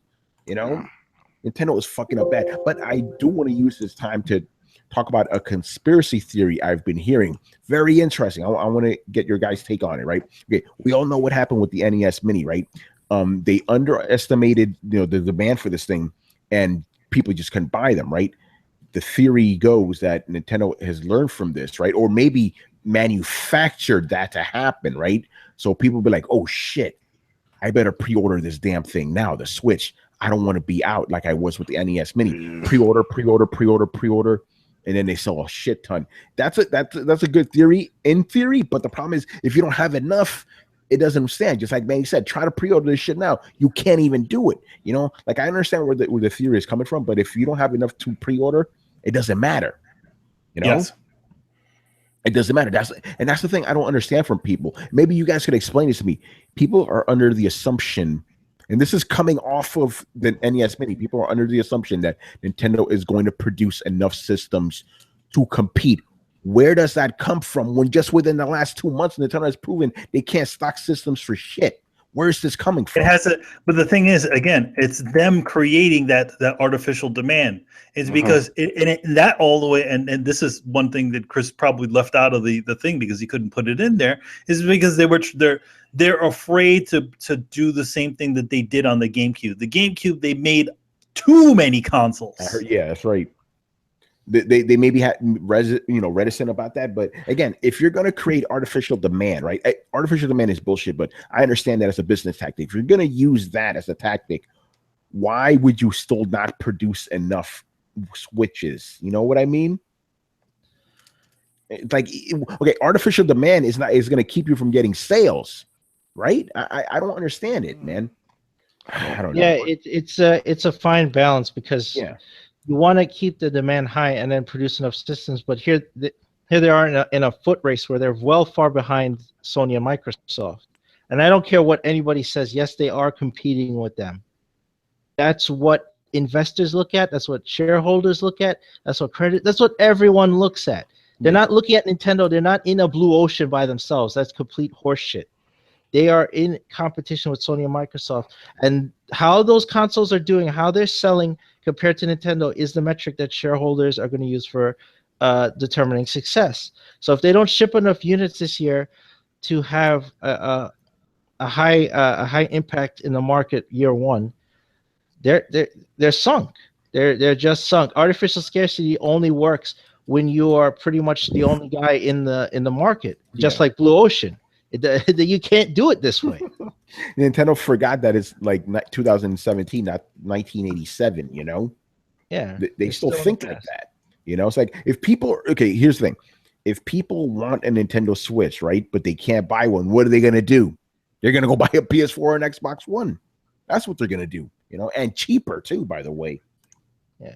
It's I mean, insane. scarcity. Yeah, this is why I constantly say they act like a toy maker, because when you have an in-demand toy and you're the only producer of it, and the only way people can get this thing is from you, then artificial scarcity works. Yeah. By the way, a fan of Vash goes, Nintendo pulled the Wii U from shelves to force people to buy Switch if they want Zelda. Yes, but again, if you don't produce enough of those systems, it defeats the whole purpose of it. It's bullshit, because is it going to even be on the shelves since all the pre-orders are sold out? Yeah, exactly. Yeah. I don't know. I don't fucking understand Nintendo. I'm really surprised with when we saw that message from the stores, the Nintendo store saying, "Oh, we only have a certain amount." Are you kidding me? You're the main store. You should have a fucking two trucks in the back. Where'd you go? You said you went to a store recently. I went to the Nintendo World store. I was in the city over the weekend, and Rockefeller, I went to, because the thing is, I'm not gonna buy a Switch right away, but I did want to get the Master Collection of the Breath of the Wild. So I could get in on Amazon, even though Amazon was broken most of the time, and then all of a sudden they were sold out. And then GameStop and a couple other places I tried out. So I said, you know what? Let's try going to the Nintendo store and seeing what they have. And I walked over to the guy, and he's like, "No, we're not going to be getting any pre-orders for this." So they're not pre-ordering. So okay, the Nintendo store, you are not allowed to pre-order Breath of the Wild. And they're like, "Oh yes, wait. They're like, stay tuned to our Twitter to see if we will get it." He told you that shit. That's what he said. Wow. They did that before. They did that with their 3DS, and I remember they did that with the Wii, especially with the Wii, because I remember a bunch. No, you can. Here's the thing: you could have. They did have. I mean, there was the thing where they said they had limited qualities at their stupid Nintendo store. Fuck that mess, because you should be able to go to a fucking Nintendo store to get a Nintendo console and fucking game. Exactly. Exactly. All right. That's like going to a Sony store and asking for God of War and then saying we're not getting it. What is that? I don't know what that is. I don't know what that is. Anyway, let's move on to the next question here. Still Switch related. Okay. He goes, okay, we've heard from Nintendo that they are aiming for a different demographic of gamers compared to the ones catered to by the likes of Sony and Microsoft. I can't help thinking that's a load of BS. Anyway, given that there's the hype around the Scorpio and the huge momentum behind Sony, is the Nintendo Switch dead on arrival? Have the gamers been left burnt by the Wii U debacle, and how much longer can Nintendo possibly continue to bank on people's nostalgia? A lot of questions in there, but man. See, from all the evidence we've gotten, it does appear, because of Nintendo's own actions, that they're killing the fucking system before it's even out. These younger kids today don't give two shits about any of the stuff we're talking about. All they care about is what's on their damn phone. So if you're trying to get those people and what they were showing with the millennials playing and stuff like that at the basketball court and all that, that's bullshit. None of that is happening. So they're already left behind on that, and they really shouldn't be forgetting about their hardcore audience. They really could have came out and said, "Hey, listen, we know you guys stuck with us, and this is what we're going to do. We're going to give you all these games that you've been playing since fucking the kid in the 80s. It's all going to be on there free. Fuck it. You sign up with the service, you get it free." I mean, the NES, Super NES, go for it. We will charge for the newer stuff like the Wii U remakes and remasters and stuff, but they didn't do any of that. So you know what could easily end the all the bootleg market on all their old games, just by saying, as long as you have this service, every single original Nintendo and Super Nintendo game is free. No strings attached. Would have killed everybody. No, you're 100% right about it. But again, Nintendo. Go ahead, Carlos. As long as you just kept paying for the service, right? Yeah, as long exactly. as you keep the service. It's just like PlayStation Plus. As long as you keep the service, you have your game. Well, we understand what they could do to get it right. And why? And then why are they doing the opposite? The things they're doing that have gone so wrong, and yet they're tripling down on those strategies. Yeah. Because they don't know any better. It's that motion controls is a failing strategy. Blue Ocean hasn't worked for them because they haven't implemented it right. This is the third generation they're doing that bullshit, and they still haven't gotten it right. And those things, and then ignoring the core gamers and trying to go for this middle audience that doesn't exist. The people that are going to rooftop parties and the people that go outside to play sports are not gamers. They're not going to take their gaming and stop playing basketball so they can play video game basketball. That's stupid. The people go to rooftop parties, drink and socialize. They're not going to play Mario on a roof. Like, that's completely stupid. And Nintendo has forgotten who their audience is. Their audience has grown up, but they haven't. And then they have marketed all over the place, but to their core fans. They keep going back to kids. This time they're not at kids. This time they're at 20-something millennial hipsters and the people who couldn't care less about your product. That's who you're trying to aim at. And watch them go back to kids, right? And that's what they always do every time their strategy fails. They go back to kids. No, you don't need to be marketing to kids. You need to be marketing to your core gamers and then doing the things to entice them to come either re-engage with you if they've gone to Xbox or PC or Microsoft or PlayStation and re-engage them. Don't reach out to grandma. Don't reach out to children.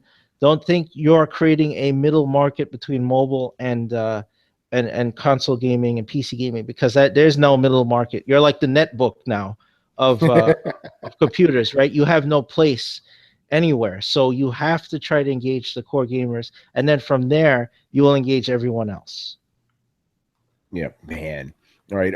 He actually did ask another question here, but this one's going to lead to another question. But I'm going to read what he wrote anyway. He goes, as a follow-on question, how appealing is the tablet gaming element that the Nintendo Switch, given what the current tablets out there are right now? Sure, they don't have Nintendo games, but that niche element that Nintendo are appealing to isn't a key selling point, in my opinion. But that leads to the main question from my man Brian Wilson. So he goes, I'm not thrilled by the release lineup of the Switch, nor the stubborn focus on motion control functionality with the Joy-Cons, but I am intrigued by the portability factor of the system. In your words, does the system being portable offer a unique functionality that makes it more attractive for gamers that aren't online competitive or graphic intensive? That is a very good question. The Vita did it. The Vita did it. Come on now. I was gonna say you could do that with the Vita right now. Vita, baby, it already did it. It's already doing it now. You can play all your PS3s on it. Yeah, your PS4 games. You know, share play. Here's the thing: the fundamental portion of this. I feel like the Switch is what we call the redo of what everybody thought the Wii U was going to be, where it was this portable tablet that you fucking stick on your screen. It's literally what everybody thought. The only difference is now they don't have a fucking confusing name, and all you need to see is right there. So it's like, okay, controllers, blah blah blah. It's all there, but it's literally the same thing.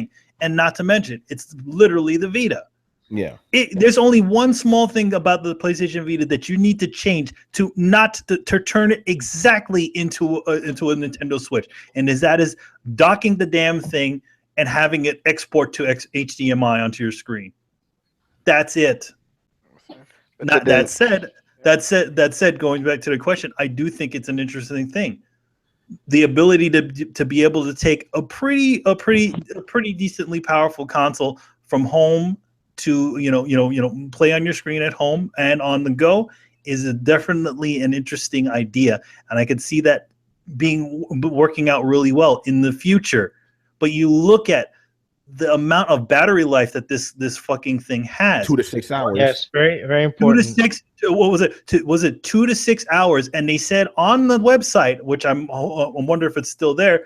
They said that to break it down, Breath of the Wild will only last around 3 hours of gameplay. So 3 hours of gameplay. Well, you realize that companies also overestimate their battery life. Apple is constantly getting called out on saying, like, we have 10 hours or 12 hours of battery life, and people test it and go, no, it's nowhere close to that. Like, companies always overestimate. So yeah, you're gonna be on the low end of that range. Like 6.5 hours is if you freaking leave the UI on and don't do anything. I don't see how you could any game, even one of the classic games, is gonna run longer than 4 or 5 hours. So it has horrible battery life. Horrible battery life is a deal breaker for most people with portability, right? And then you're not gonna. Okay, Zealots can do this. You go get yourself a giant battery pack and strap it to yourself and look like a fool with a cable coming out of your pocket playing this thing if you want to do that. For the rest of us, we'll wait till they get their shit straightened out or we'll skip it. Oh my God. See, Chris, this is why I'm glad you brought that up, because I was actually arguing with some people that you may know about this. Like, because I was like, yo, that battery life is ass. Like, oh, but but Tony, you said you're not going to take it home. I'm like, I'll take it out of your home. I'm like, I'm not talking about me. I'm talking about everybody objectively. Like, so that's not a big deal. I'm like, so let me get it straight. You start playing this shit in the subway and it just dies on you. That's okay. He's like, oh, just stick a battery to it. I'm like, really? That's an accessory. He's like, but it's portable. I'm like, but that's more shit you got to carry. I'll just bring a bag. They're gonna announce it. It's gonna happen. It's gonna happen. It's gonna defeat the purpose of bring a bag. You look like a fucking idiot. Yeah. So why don't you buy a fanny pack to put that thing in?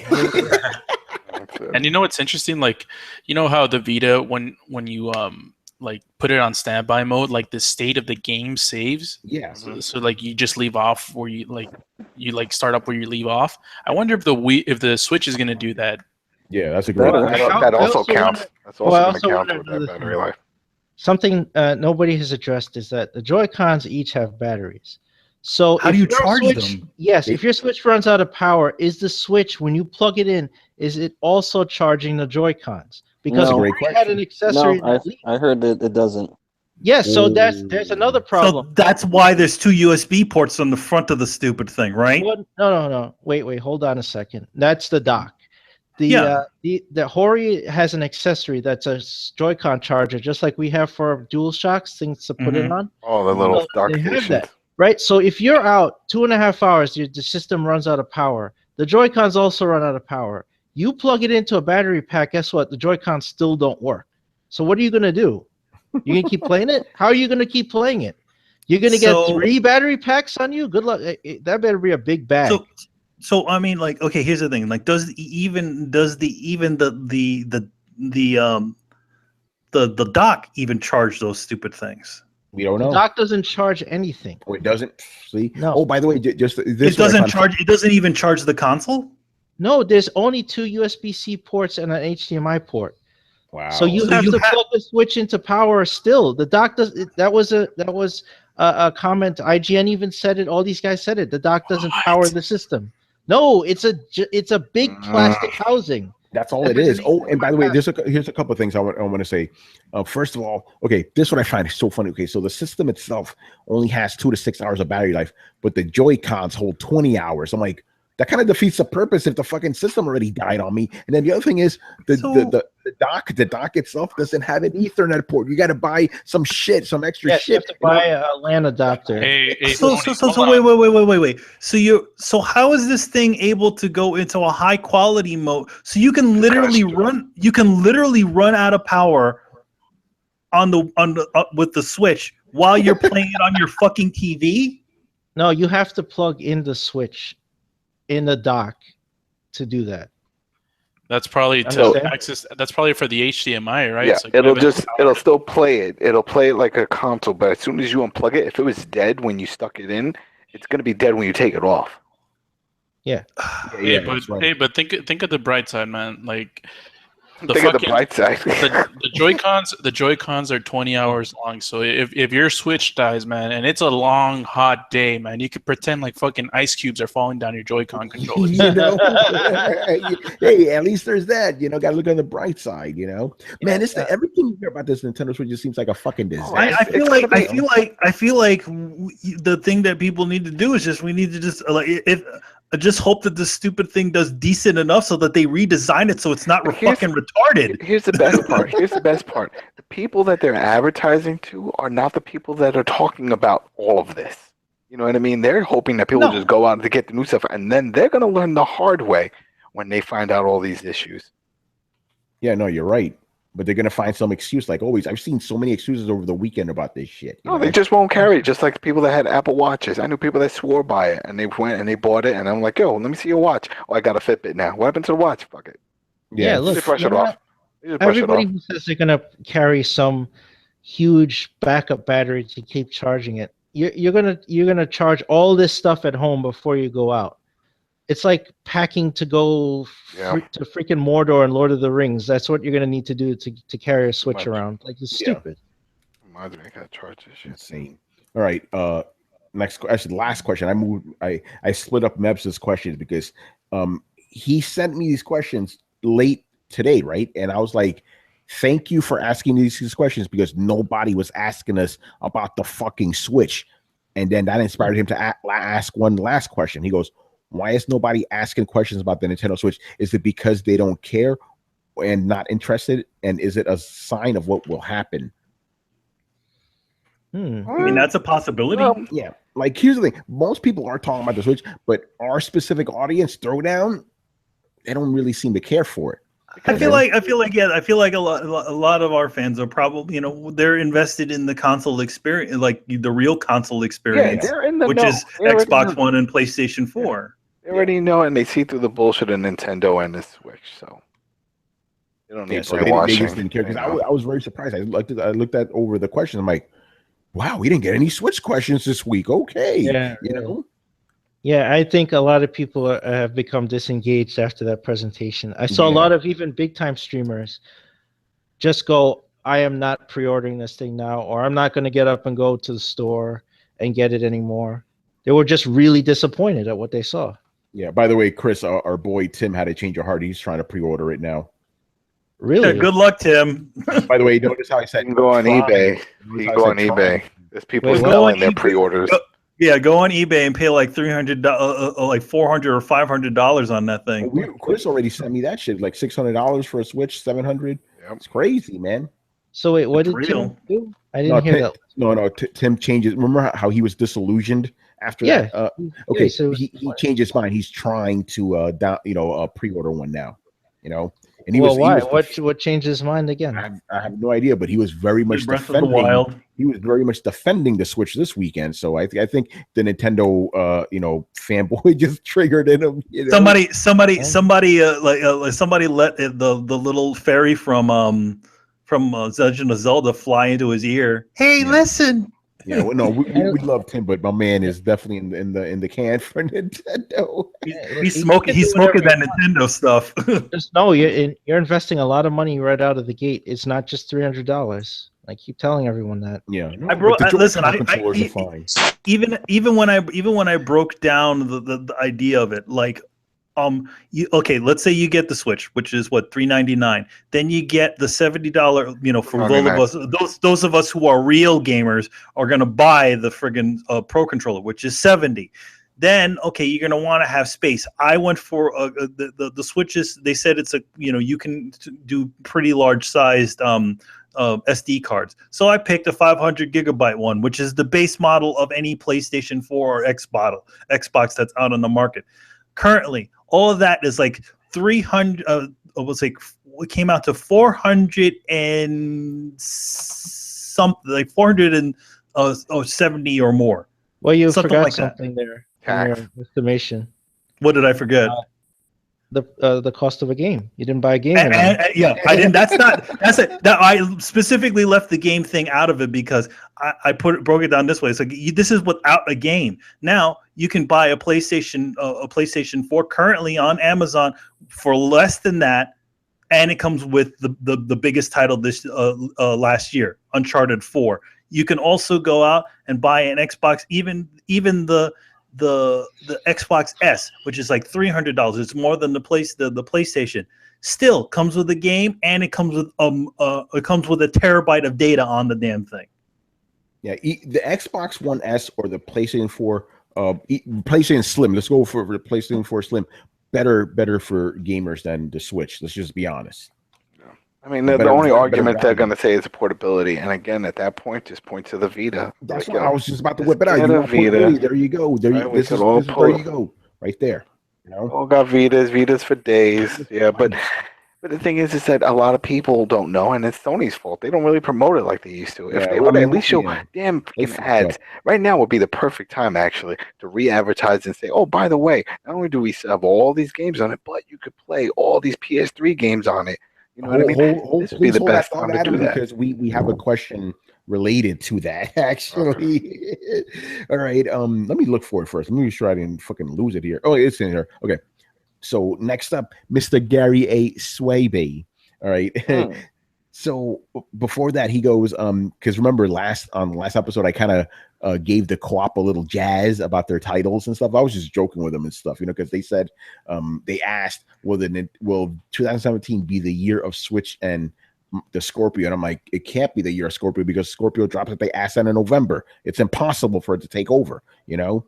And with the Switch, probably not going to have enough units. But he goes, when we made that co-op title, it wasn't to specifically say this will be the year of the Scorpio. We were just illustrating the fact that both Nintendo and Microsoft would likely be dominating both headlines and gamer interest this year. I agree with you about the Nintendo. I don't know about that Scorpio. You know, it's going to come too late in the year, bro. But, you know, I could be wrong. Maybe E3 will generate some interest for it. Anyway, this is the question. I mainly read old Marvel stuff, so I'm not aware of these issues, but many people complain about the quality of new Marvel stuff. He's talking about the comic book specifically. What do you believe is the problem with newer Marvel comics? Do you think that that since they kind of run shit in terms, okay, here you go. You think that since they run shit in terms of comic movies, that they continue to have the best comics out there? Great question. You know, there's a lot of reasons why Marvel, I've said it, like I've been reading Marvel stuff. My main problem with it is like there's a lot of stuff, but the main thing is like there's no sense of urgency in these books. It's like they face these like minor villains all the time. They're all like they just don't seem like there's big stakes going on. Like like the comics are just playing it very, very safe. Then you go read DC shit, right? And DC, obviously, they're corporate comics too, right? But every issue you read like pops with this energy. You feel like it's leading somewhere very interesting, you know? With Marvel, it's like the whole attitude is just so laid back and boring. Then you read the old Marvel stuff, it just crackling with that energy too. I'm like, I don't know what the hell's going on. It just seems like Marvel is trying to make comics not offensive. You know what I mean? Like they're watering down their own shit in order to not offend anyone. But at the same time, you do that, you made boring comics, and this is Marvel. You shouldn't be like that. You know, so I don't know who else here reads current Marvel, but that's my. I walked away from Marvel a long time ago. I just read the Image series. You know, Southern exactly. Masters. Image, Vertigo, Dark Horse. You know, they're the ones that's doing it big. So yeah, keep your eyes on the independent comics, like and like I've always said, you're right. You know, and like I've always said, if you want if you like your superhero shit, if you like your shared universe stuff, read some motherfucking Valiant comics. They make DC and Marvel look like pussies in comparison. They not only do they have like a deep shared universe, but the stories are so well written, so well drawn. Great independent comics. That's where it's at. Fuck with Valiant, fuck with Image, fuck with Dark Horse. You'll be good. You don't need. Here's the problem: people want like mainstream comics to be everything, right? That's why they're getting diluted. If you want specific shit, it's already out there for you. Going back to what we always talk about diversity, right? They want Marvel and DC, but whatever. Diversity's already been in comics for fucking decades. You just aren't looking in the right spot. You know? I've always said this. The thing is that why do you need to wait for Marvel and DC? Marvel and DC only base a lot of their marketing off of what has already been happening in other comic studios. They're not going to go out there and take the chance, and they're too much of $1 million corporation to take any chances. Yeah, but to be honest, that also goes for DC. Is the thing is that what DC is doing differently is that they're literally trying to make their books exciting. Yeah. Did anybody ever read Invincible? Larry, what were you saying, man? I just want to say that like people aren't really going to look for those diverse characters in those independent, because people don't know that these independent comics exist. They only know of the big two. DC, oh yeah, Marvel. Most people only know what's in front of them. You know, most people think that comics are just superheroes. Yep. You know what I mean? Yeah, like it took me like going to a comic book shop and learning that like there's more comics than DC, and like DC and Marvel, like holy shit. Like I can actually get into comics now since I don't have to like be into this hero bullshit. And like the thing is though, like it's super hard to get into Marvel or DC because like just one time this villain like stuck him with a dart like 50 issues ago that's finally taking effect. You know, it's just like it's ridiculous. The thing is about a lot of that, you know, there's always you know, both the comic companies used to be at that point where they used to just do issue to issue stories, and then later on they got to those kind of big, you know, connecting stories. But the one thing about those big connecting stories is that because they're just continuous, you have to read every single book. So let's say if you're a person who wants to get into Spider-Man again, to be honest, like and I work at the goddamn place, I find it incredibly intimidating because it's like there's all this. I've stopped reading at the end of Straczynski's first run on Spider-Man. That's when I stopped reading. I have all these years of stuff that I should read that I don't really. It's overwhelming at the time, you know. Yeah, it's like one of the most series that have gone too long. Like I still read The Walking Dead. It's like issue 162 or something like that. But I mean, it's like a whole other cast. They're in a different area. I mean, you would have to know what's going on. But like that's like manageable. You know, that's only 100 issues. It doesn't take a lot to go through 100 issues. But you gotta think about like the history of Spider-Man. You know, that's why the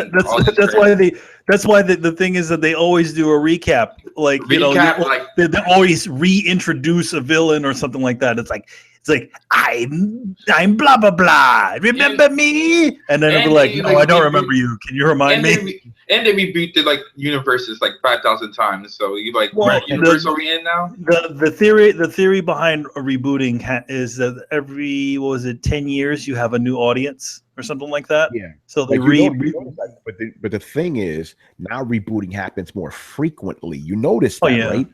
Well, the rebooting now. Rebooting now is because in general, which is sad to say, the first issue of a comic book, especially any one of the big two, usually sells the most. Yeah. So if you keep on printing out number ones, right, people automatically jump on it, and that's a leftover from the fucking collector's market from the 90s. I mean, I gotta. I just want to do a sidebar real quick. Adam asked like if anyone read Invincible. You know, Invincible is the visual aid god right here. Well, that's what I'm saying. Then and Ray, don't make me edginess. Then you remember. Then you remember issue 100 and what happened in issue 100. There was a certain type of rape that happened.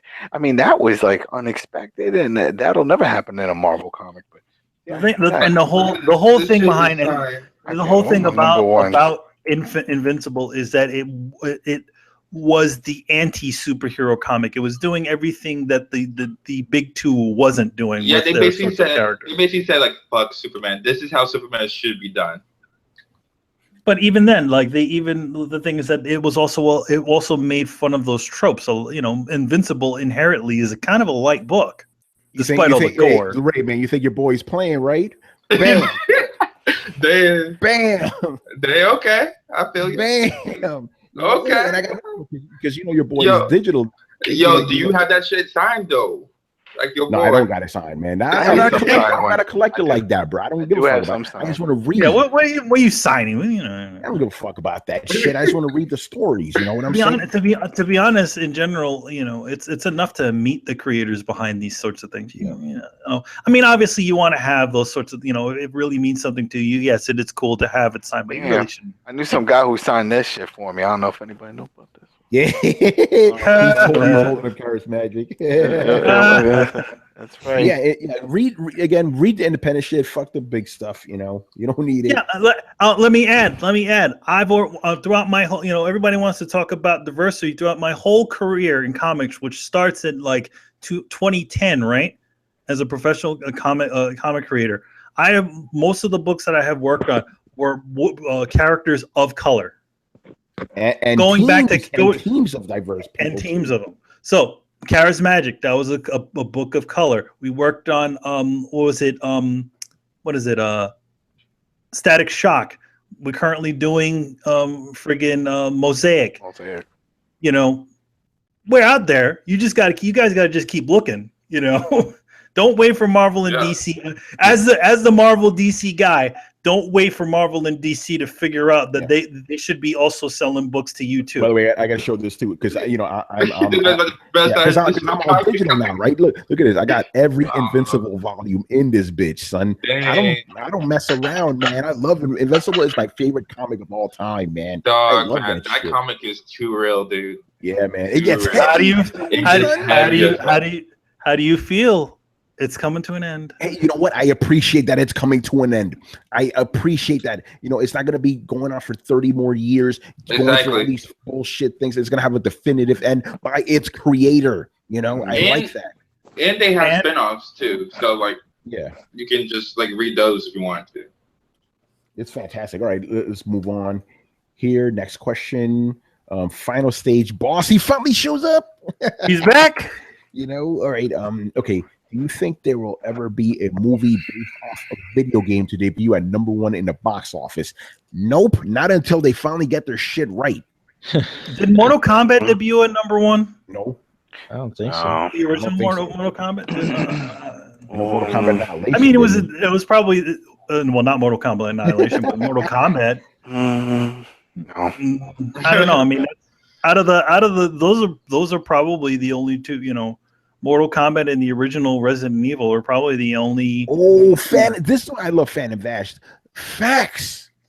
He goes, Pokemon, Tomb Raider, Mortal Kombat, Angry Birds all debuted at #1. I guess that's your answer. They had already Angry Birds. That's right. That came out recently. Facts, bro. Okay, yeah, well, first Pokemon. That makes I can see that. Yeah, pixels, man. You know, with kids movies, that it has a dual appeal. Like Angry Birds also appeals to kids, so it's not necessarily that's a video game. Yeah, was it Tomb Raider and Mortal Kombat count? But theoretically, Pokemon is actually just based off of a comic book because the Pokemon comic book existed before the Pokemon games. Oh, Pocket Monsters, the manga. Yeah. And I say the manga. You know, comic books. That exists. Whatever, it's the same shit. So anyway, so it's pictures with words on it. What do you call it? A fucking comic. Manga. It's the same shit. And you read it from the back. No, but but the point is, okay, so we at least have two that we could agree with: Mortal Kombat and Tomb Raider. You know. So yes. So there you go. Okay, there you go. These things are, you know. Here's the go. I don't hate the first Tomb Raider movie. Not a bad movie. Not a great movie. Tomb Raider. Okay. Tomb Raider. I thought you said Terminator. Tomb Raider. I thought you said Tomb Aider. Tomb Aider. Like, let me help you with this tomb. Yeah, no, he was talking about Tom B. Raider. So you say Tomb Raider's not a bad film. Mortal Kombat is not a bad film, but there's no truly great video game movies. Yo, man, what about Super Mario Brothers, man? Yeah, that's a greatly bad movie. Yeah. Yo, my name is Luigi Mario. Hey, forget about it. I know now people are are all fun and because of the irony of liking that film and the stupid Street Fighter film and how shitty those things are. Well, those are crappy films. Wasn't it because of that Mario film that Nintendo said they would never license any of their characters for another film? Yes. Yeah, but then they started running out of money, so so they had no choice. Yeah. All right, let's move on. So this is another fun question: should Activision stop making single player campaigns for Call of Duty? No. Nope. That would be a bad. That's the best part of the game. Well, this links back to that other question about services because that was something that everyone could. When we all know these guys that don't buy Call of Duty never touch a single player, but at the same time, there's still a lot of people that do enjoy those. Yeah, but then even though those people go out there and they'll buy it just for multiplayer, they'll still bitch. They'll still bitch if there's no campaign, even if they don't play the campaign. You're 100% right about that. I agree. And I don't want them to be charging me $60 just for multiplayer. Yeah, Titanfall, fucking, Yeah, so one thing that they will do, they will make sure to keep on doing those single player campaigns just to justify. There's only one game that ever did something like that. What, Mac? No, FIFA. FIFA in China did that. They have a subscription just for FIFA.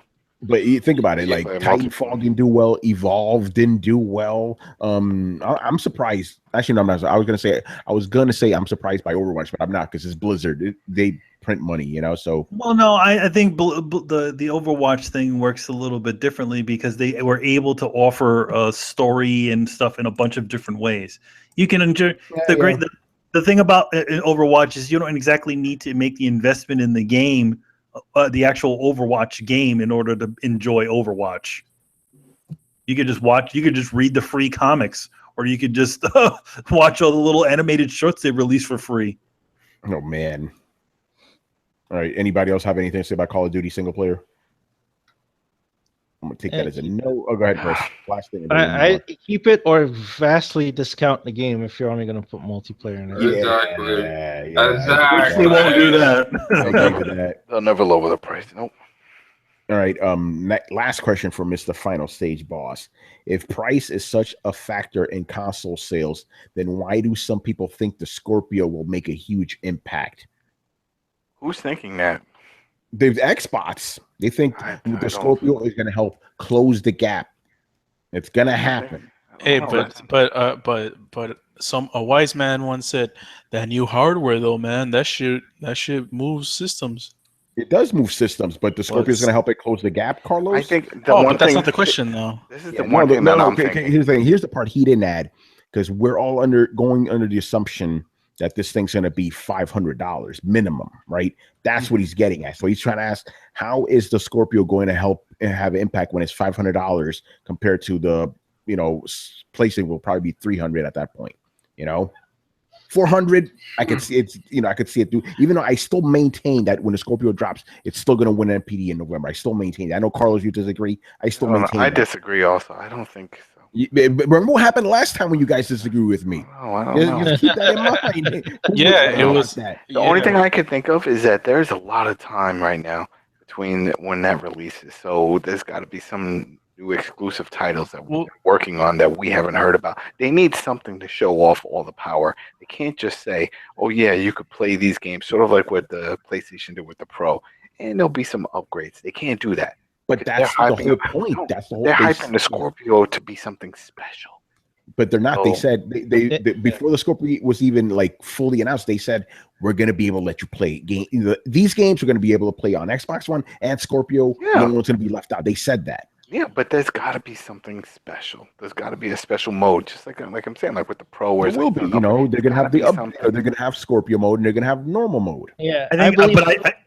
I do agree with Adam at that point. I think that there is going to be they're probably going to have something along that's launching with it that's going to be the Pro thing.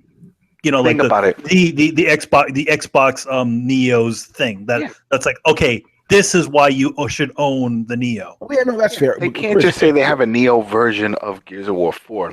It's almost a year old then. But you will get that though. I guarantee. Yeah, of course. But that's not a console. We're calling it Neo. I mean the Xbox Scorpio. Sorry, I got something to say. But Chris, go ahead. What were you gonna say?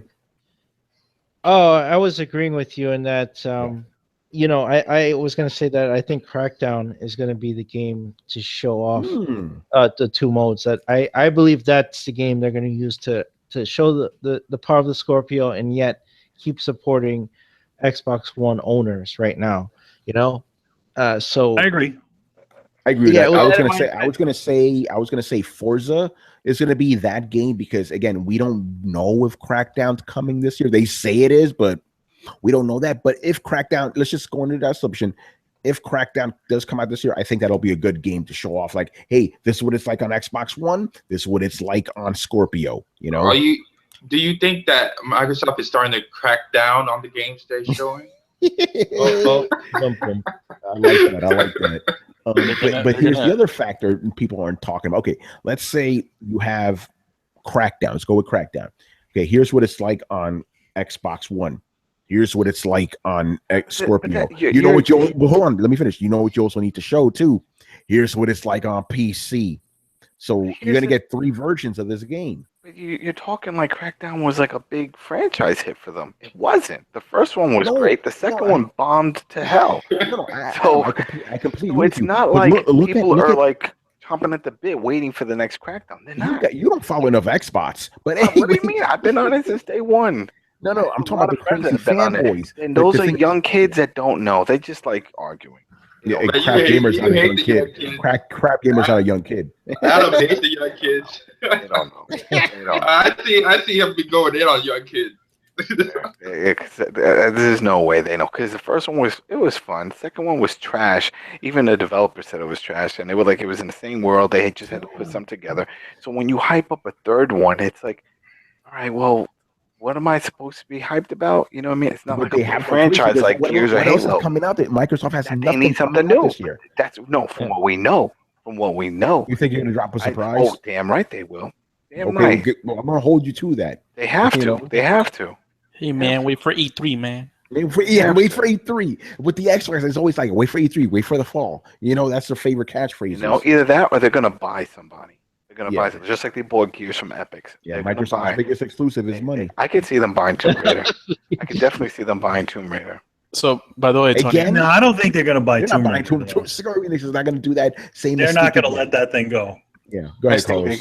I still haven't formally made like my prediction which one's gonna sell more, because I have a huge inclination that Microsoft will sell the Scorpio for $400. Ooh, if it does, then I'm gonna be right. Yeah, so yeah, so that's why I said I still haven't made I wouldn't make a prediction if I didn't know how much the console would cost. All right, fair enough. I'm just throwing it out there. You know me.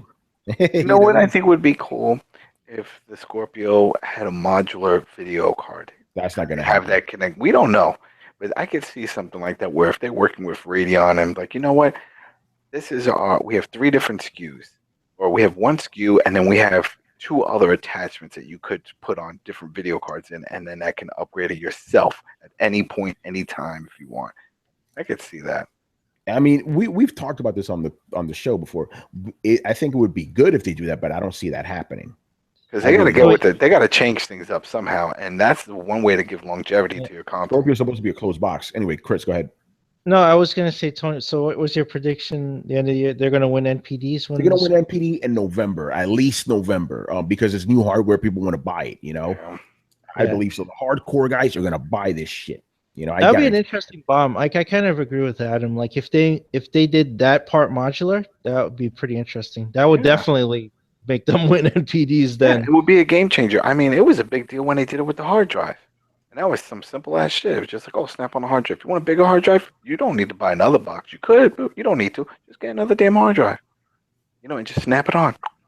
Yeah. That's how it sounds like? In my mind it did when I used to do. So like, kind of like the snapping switch noise. Doesn't sound like that. Yeah, they're like, let's switch to the next. Oh, so stupid. Speaking of switching, let's switch to the next question. Yeah, let's switch to the next question. We should do that for a whole episode. Let's switch. We need a switch noise now. Right, Manny, get on. I'll find you something. Anyway, moving on to Mr. Hell Metal. All right, we know Vita had its trek through the blizzard, but could Sony make a new portable to service the 3DS market Nintendo is leaving behind? A low cost, $149 to $199 handheld seems like open season for the lower cost mainstream consumers. I like this question, and I kind of agree with it. Sony has an opportunity here. Like, oh, you like the Switch, right? We already have something like that. Lower the cost of the motherfucking memory cards. You would sell these things. No. How about this? Make the new. Do a new. If you're gonna maybe do a revision, a new Vita. Yeah. With the ability to use off the shelf memory cards, right? Like flash cards, and it has a deck that charges it and allows you to put it on your fucking TV screen. Bam. There you go. And it allows you to play old shit too. Well, they have PlayStation TV that does it. I have a PlayStation TV was discontinued. Yeah, I still own one, and I can take my card out and plug it in. But you can't play every game on it. I don't see them doing this unless the Switch is a huge success. Yeah, I've said that. If the Switch is a huge success, we don't know about that. But if it's a success, I could see where Sony could come in and be like, hey, we got a Vita. What was it? Phantom Vash, you're in the fucking chat. What's the name of that Vita thing that they came up with? Like Vita or something? There was a rumored revision of the Vita. PlayStation Vita Go. I remember. I know what he's talking about. They had all these patents, and they had a few patents for different versions. There was a name for it. It's like Vita. Yeah, and different versions. And they came out and said, they were like, "Oh no, that's not a new one. That was just one of the schematics we had for an idea of what Trinity. That's right. What eventually came out to be what we have now. We got the Vita Trinity for you guys. $150. You can plug it into your TV, and it plays all your old Vita games and PSP games. That shit would sell like fucking crazy. And it also remote plays your PlayStation 4 and PlayStation 3. Yep. Bam. And then to add, make the thing sweeter, we're gonna start producing first party games for this shit. I'm telling you, Sony has an opportunity here if the Switch is successful. Yeah, then that's relying on that, and I don't think it's going to happen. Yeah, oh man. And think about what Sony has on their plate right now. Besides just a PlayStation 1, and then they got the PS4, and then they got the VR. They got too many other things going on. Shit. VR, that thing's going to be done by the end of the year, Yeah. All right, anybody else got anything to say about this? Yeah, it's not going to happen because it makes too much sense. Exactly, Brian. The one thing I know about Sony is that they don't do things that make sense. Well, in fact, Nintendo and Sony don't do things. Yeah, and Microsoft. It seems like a growing trend. Like none of them do anything that makes any sense. It's like, how long did we say, hey, we want the ability to like change our names on PSN? And someone's just like, yeah, go fuck yourselves. Whoa. and then what was it? We went to, hey, the Vita's a cool system. How about some games? And then Sony said, how about you guys go fuck yourselves? Like, okay, cool. Dang, Sony said, I'm not done yet, man. I'm not done yet. Wait. I wanted to add something. I wanted to add one thing to it. Sony said to the we want more games on the Vita. They said, how do you like VR? Yeah. Vita? You mean VR? Like no. VR. I said Vita. VR. Yeah. Okay, keep going. Hey, the Vita is like a cool system. Like, how about the ability to like play games on our TV? Like that's a cool thing that want to do. And so it's like, how about no? It's like, why? Just do things that make sense. It's not that hard. Yeah. I mean, I was still surprised that the Nintendo didn't incorporate some kind of achievement or trophy system. You would think that. I mean, come on now. There's so many people that are just they don't know. They don't look at what the other guys are doing, so they don't know what those things are. They prohibit that. Adam, how crazy is it that they have killed Miiverse and Street Pass in one fell swoop? Two popular ways people interacted on both their systems are gone, right? So you think they're going to implement trophies or anything like that, man? No, you're right about that. By the way, Phantom Vash goes Half-Life 3 and Agent will come before PSN name change. Oh, Agent! Oh, dear God, that's still a thing. Well, they keep renewing the copyright to the name. Before we move on, I want to hear every single one of y'all's PSNs. What happened? I want to hear what your PSNs are. Oh, you already know mine's, man. Robbie, baby. Mine's it's. I will give you mine at the end of the show. After we're off here. Public, I'll make that shit public. Daddy doesn't want crazy motherfuckers coming after him. I just wanted to see if any of y'all have regrettable PSN names. That was the point of that. So what was the point of it? To see if any of y'all have regrettable PSN names. Oh, hell no, man. No, I don't have one. I use my joint everywhere. Romu Death, motherfuckers. Let's go. It's not regrettable. I just want to say, hey, it's 2017. Sony, get with the damn program. Yeah, at least give people all right. So just get with the program. I didn't get to sign up for this beta because I forgot all about it. But they released a note that you can get on the new beta for the firmware for the PS4. Yeah, don't do that. If you want to break your system, don't get on that. No, hey, I've done it for the previous. I've never had an issue. By the way, but then again, I don't do a Wi-Fi. I'm wired. Yeah. Didn't Riku-san Juan do that too? He's good. Yeah, Riku, did you do a beta, man? Yeah, I've done it in the past. Yeah, right. It's cool. It's all right. I'm not trying that shit. By the way, since we're talking about screen names, I don't know what led me down this rabbit hole, but I was looking at the comments of the original Throwdown back in the day, right? And it's just funny seeing some of these guys going, "Oh yeah, it's like my favorite new podcast now." And one of them was Brian. He jumped in, he gave us the comments, and that was back when he was called Killer Pigeon. And my response was like, "Yo, Brian, thanks for for asking the question. I love that name. I love Killer Pigeon. Bring that shit back, man." I love it as well. Like it's still there.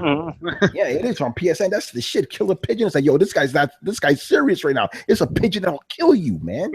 You don't know where that death is coming from. Shit. Pigeons everywhere. Pigeon meat will kill you if you eat one. If you eat a pigeon, that shit will kill you. Be careful with that one killer pigeon. It's a bird you don't want to eat.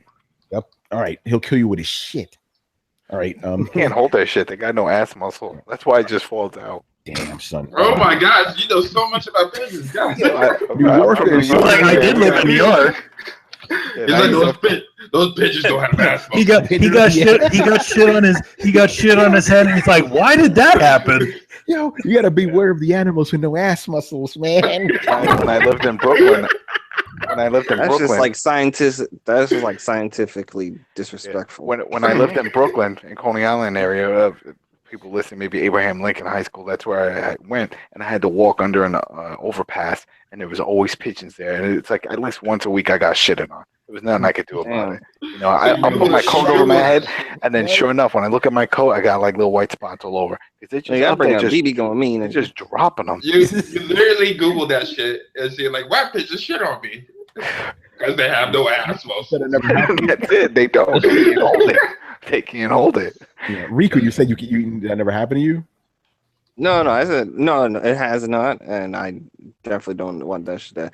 They've shitted on my car. You don't want that shit to happen.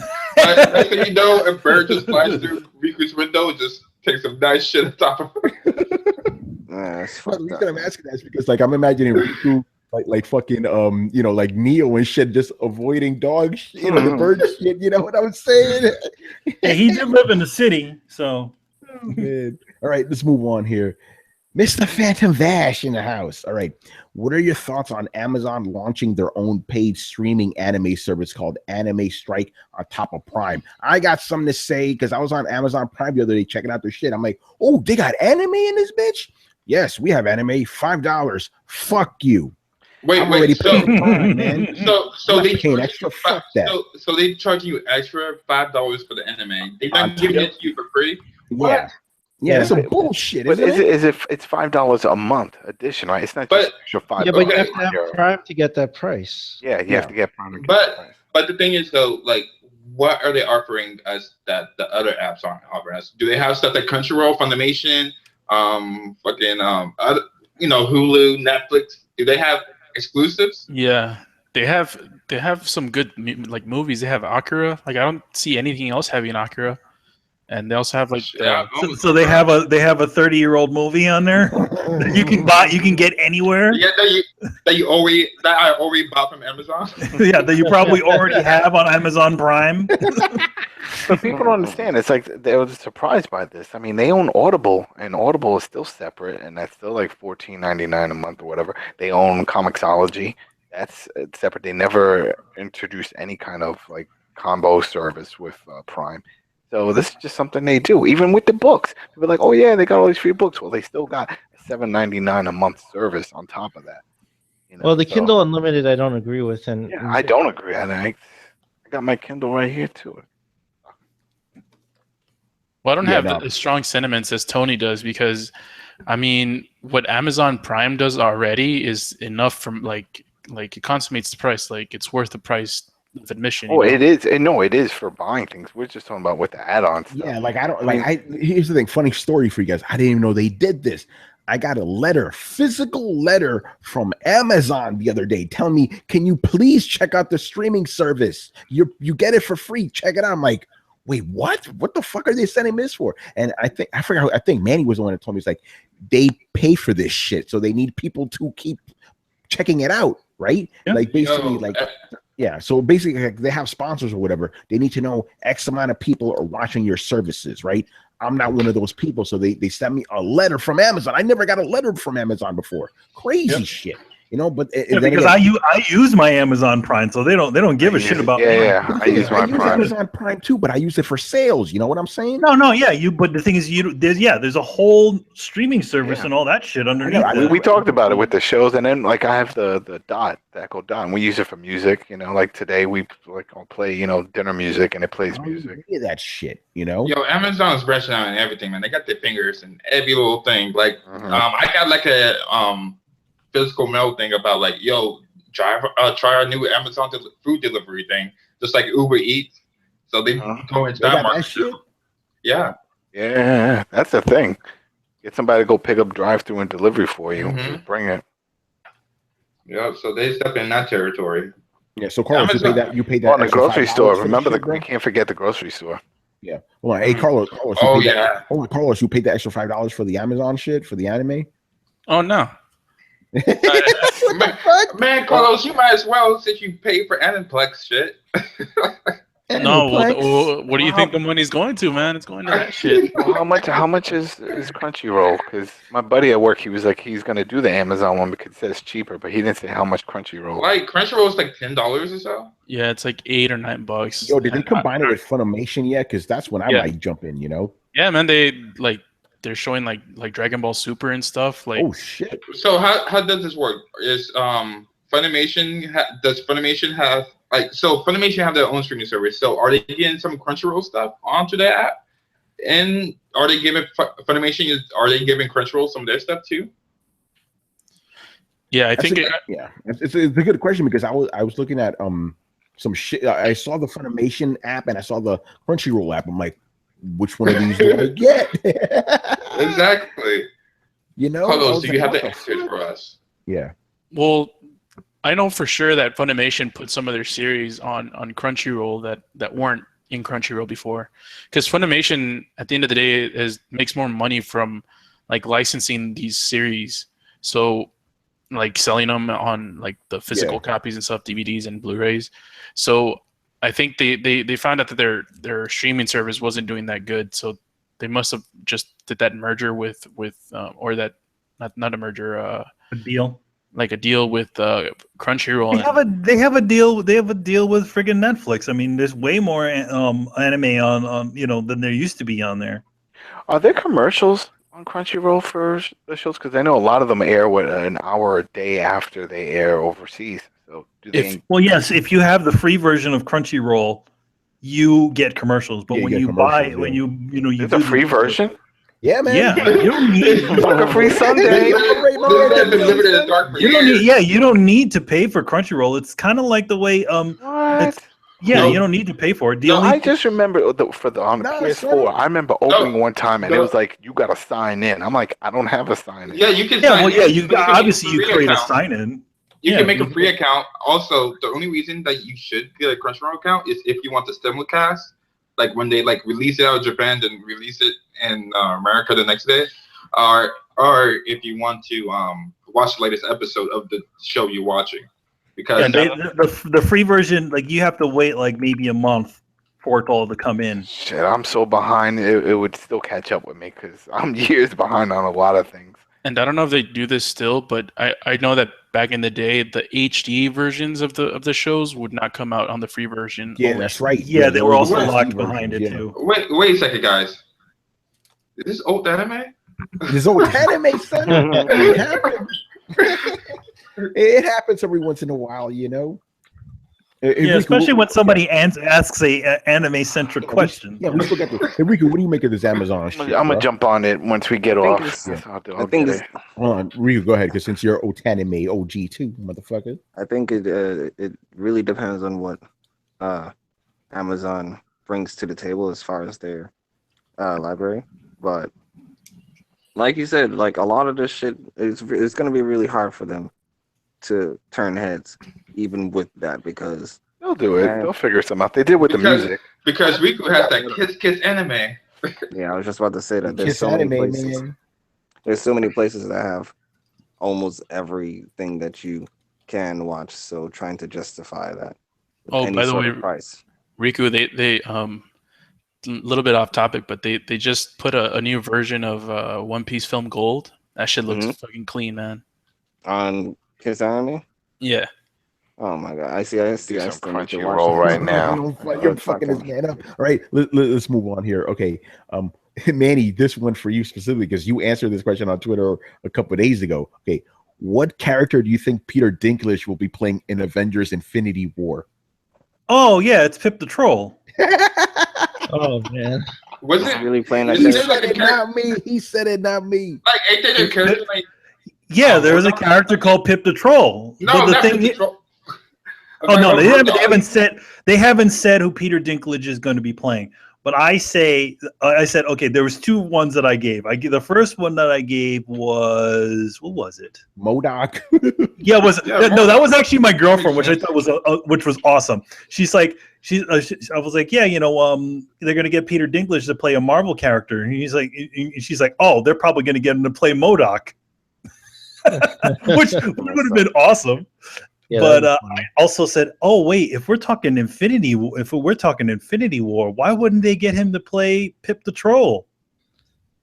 Here's my thing, though. Let's just be honest, though. Peter Dinklage doesn't need to be in the movie. He could just be a voice. He doesn't need to be in the movie. He can be a voice. But yeah, I was gonna say Pip the Troll. I mean, Pip the Troll's kind of badass. I know his name sounds stupid. Yeah.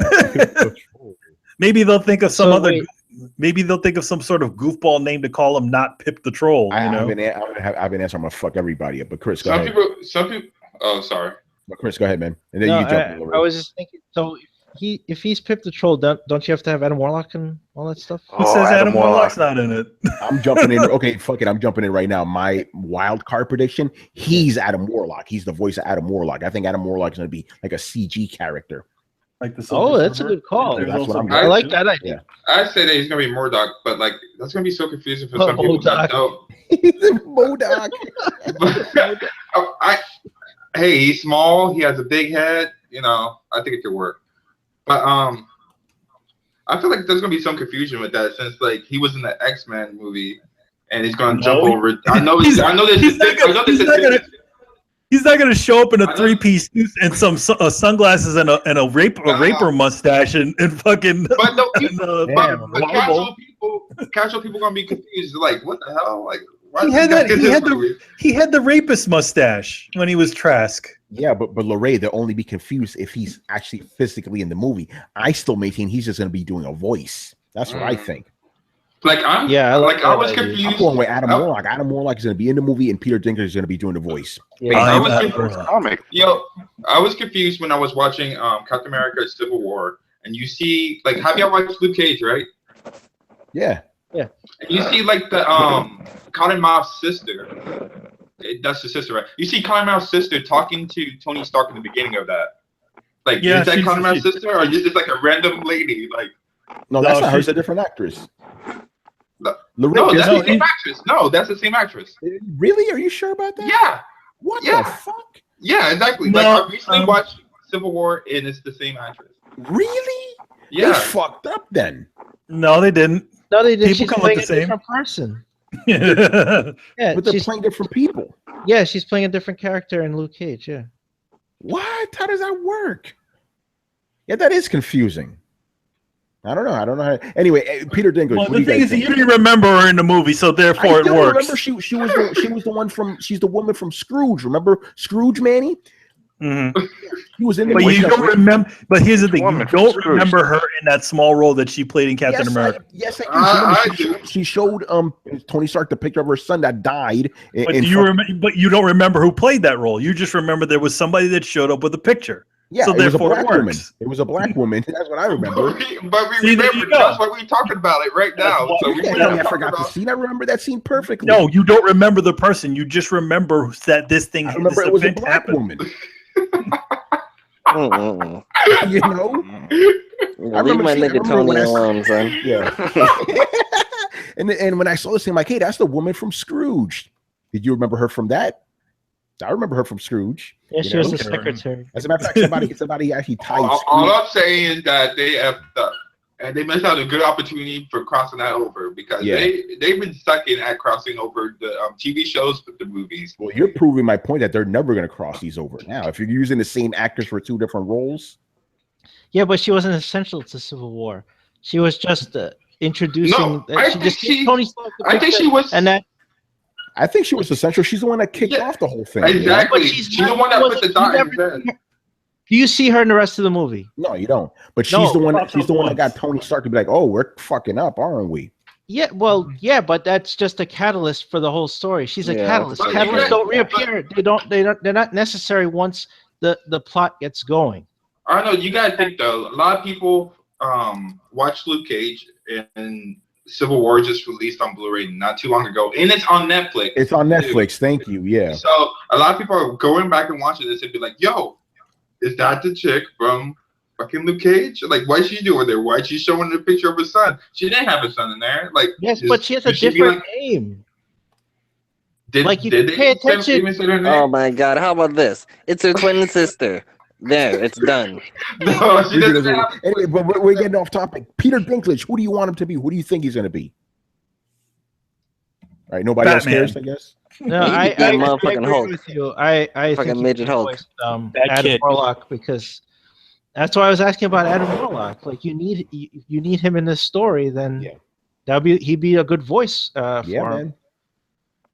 All right, You're not anyone gonna else? paint somebody gold and give him blonde hair and That's a what I'm stupid saying. He's cape. going to be CG, bro. Yeah. And Peter Dinklage will be high enough to do that voice. You know. You're going to sound like the dude. Well, from- hopefully, he'll sound just as emotionless as he did in Destiny. Oh, I am Adam Warlock. There's wizards on the moon. That wizard from the moon. Yeah, that was pretty bad. Didn't he explained himself regarding that? He said something like he didn't know what he was doing because they don't tell you what you're doing. They He's don't want supposed to be a spoilers. robot. He wasn't supposed to be Yeah. fucking Claptrap from fucking Exactly. Borderlands with a goddamn attitude and shit. No, Yeah. he's supposed to be a monotone robot. Yep. I thought he was fine for that fucking role. Yeah, Everyone I didn't see a bitched it. big deal. Yeah, he And was then so they got fine, fucking replaced him someone with else. Nolan North. Like, what the fuck, bro? That was not needed. Oh, He did a man. great job playing a monotone robot. Now he's not gonna do any more video game voice acting. I hope y'all That's fucked happy. up, son. Yeah. Who gives a Yeah. shit? I don't care. I don't care if fucking if they paid that dude to play anything. Who cares? Oh, I mean, I kinda care because I'm totally sold on Destiny because they got fucking Peter Dinklage to play the voice of some stupid No, robot. I'm It not doesn't saying I explain was sold. anything. I'm not saying I was sold on. I'm just saying the fact that people bitched about it, and now we got Nolan North once again inside a fucking game. Yeah, no one can bitch about Nolan North. Let's just get him. Come on, son. Anybody else? No. And by the way, I got to say this Hold because on, G Megaford's like, Tony forgot my question. No, I actually set your questions aside because you put them in the wrong thing, and this show's already running long. So I have them as backup questions, so they will be answered. Do not worry about that. Just not on this episode because we still got way too much shit to get through. You know, sorry about that. But I mean, you know what, G Megaford, just for you, we could do a rapid fire thing. You know, but we got to answer these other questions first. Okay. Oh, just to give a modern reference, Yeah. the lady was also in Star Trek First Contact. She was Lily. Yes, she was. Yeah. Yes, she was. She was the one giving Picard shit about him being Ahab. You know. That's All right. right. See, I remember Manny giving me shit. No, No! Like, man, I remember her, man. That bitch is from Scrooge, man. don't make me go smash my case and smash my case of shit back there. You know. Matter of fact, somebody actually came up with a theory that, because remember, she had that little boy in Scrooge, right?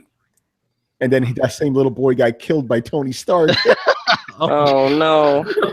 Oh no, crazy fan theories. I love it, man. They connected Scrooge and Marvel, man. I'm telling you. So, Scrooge happened in the Marvel universe. Holy shit. Mind blowing. All right. Just like how Stan Lee is the Watcher. By the way, Scrooge is a great Christmas movie. It's a great Anyway, listen. You need that. Y'all can bitch about her, but y'all won't bitch about Stanley being and everything. All right, let's move. Not playing yet. Moving on. All right, last question here from Fan of Vash. Seeing how it's pretty much a done deal with the Uncharted film surviving development hell, the film is actually going to happen now. He goes, I wish it hadn't. Would you rather see the film adapt one of the specific Uncharted games, or would you like to see it be an original script going after a new treasure? I think both of them are bad ideas. The whole thing. Yeah, I Yeah, don't see both how of them this are- could work. Because if you adapt one of the video games, it's obviously not going to adapt it correctly, and then we're going to be mad. Then if they just take some random story and put it together, then it's just going to feel like that Prince of Persia movie where they put something together trying to fucking. It's just. I mean, it's weird because it's weird because the Prince of Persia movie is not. It's still gets the Sands of Time dagger and he gets all that shit, but it's not the game. Exactly. See, that's the thing. But it's gonna do that with Uncharted. It's gonna be not Uncharted. It's gonna be some stupid filler spin-off crap that's gonna it's gonna feel like some shitty version of fucking Indiana Jones movie. I feel like they shouldn't pretend that the other games didn't happen. I feel like he should go after something. You know, it should be a new adventure, but it should still be situated in the same universe. You know, like the events of the first Uncharted film happened. All that other stuff still happened. Just this is like another adventure within, but just in a different medium. Listen, let's not debate this. We already played the greatest Uncharted movie ever made. It was called the first game, and then we played the second game, and the third game, and the fourth game, and maybe some people played the Vita game. This movie doesn't need to happen. I agree. Because Hollywood has run out of fucking ideas, and they will ape anything they can to try to stay relevant. You cannot take an interactive experience. You are Nathan Drake in the games. You cannot take that and boil it down to a movie, right? It doesn't work. I agree. Yeah, I agree with that. I like that answer. All right. The only way an Uncharted movie would work is if they took all the fucking cutscenes, or basically the entire video game, and turned it into a CG cutscene and released it. Right, and even that's lame because you don't get to play the in-between stuff. You're just seeing things spliced together. Well, no, like I said, if they actually made it a legit, not splicing it all together, I'm talking about making a legit just CG movie, not like the fucking Ratchet and Clank. That'd be even worse. You think? I don't know. I think that is probably the best way. Uncharted movies, man. Fucking Indiana Jones. Just go watch those. You know, the sad thing. You know, the Ratchet and Clank movie is on Netflix right now, and I actually got to watch it. It's a movie. The one problem with that movie, granted, it still has the same characters in it. It tries too hard to try to make you laugh, which the original games didn't do that. It was effortless. Yeah. It was like they made Ratchet was not supposed to be clumsy, but in this one, just like every single other fucking cartoon out there, the main character is doof, right? And then he somehow manages to get his shit together to save the world. I'm like, no, Ratchet was never that. He was an amazing like technician. Like he could make. That's my problem. That's my problem with the remake. That's a whole different fucking conversation, bro. But I actually did not enjoy the most recent Ratchet and Clank game. Yeah, because they tried to make it like the movie. That's why he was a goof. No, they changed his entire character, in my opinion. Yeah, they did. Like he had this whole elaborate backstory, right? And they changed it.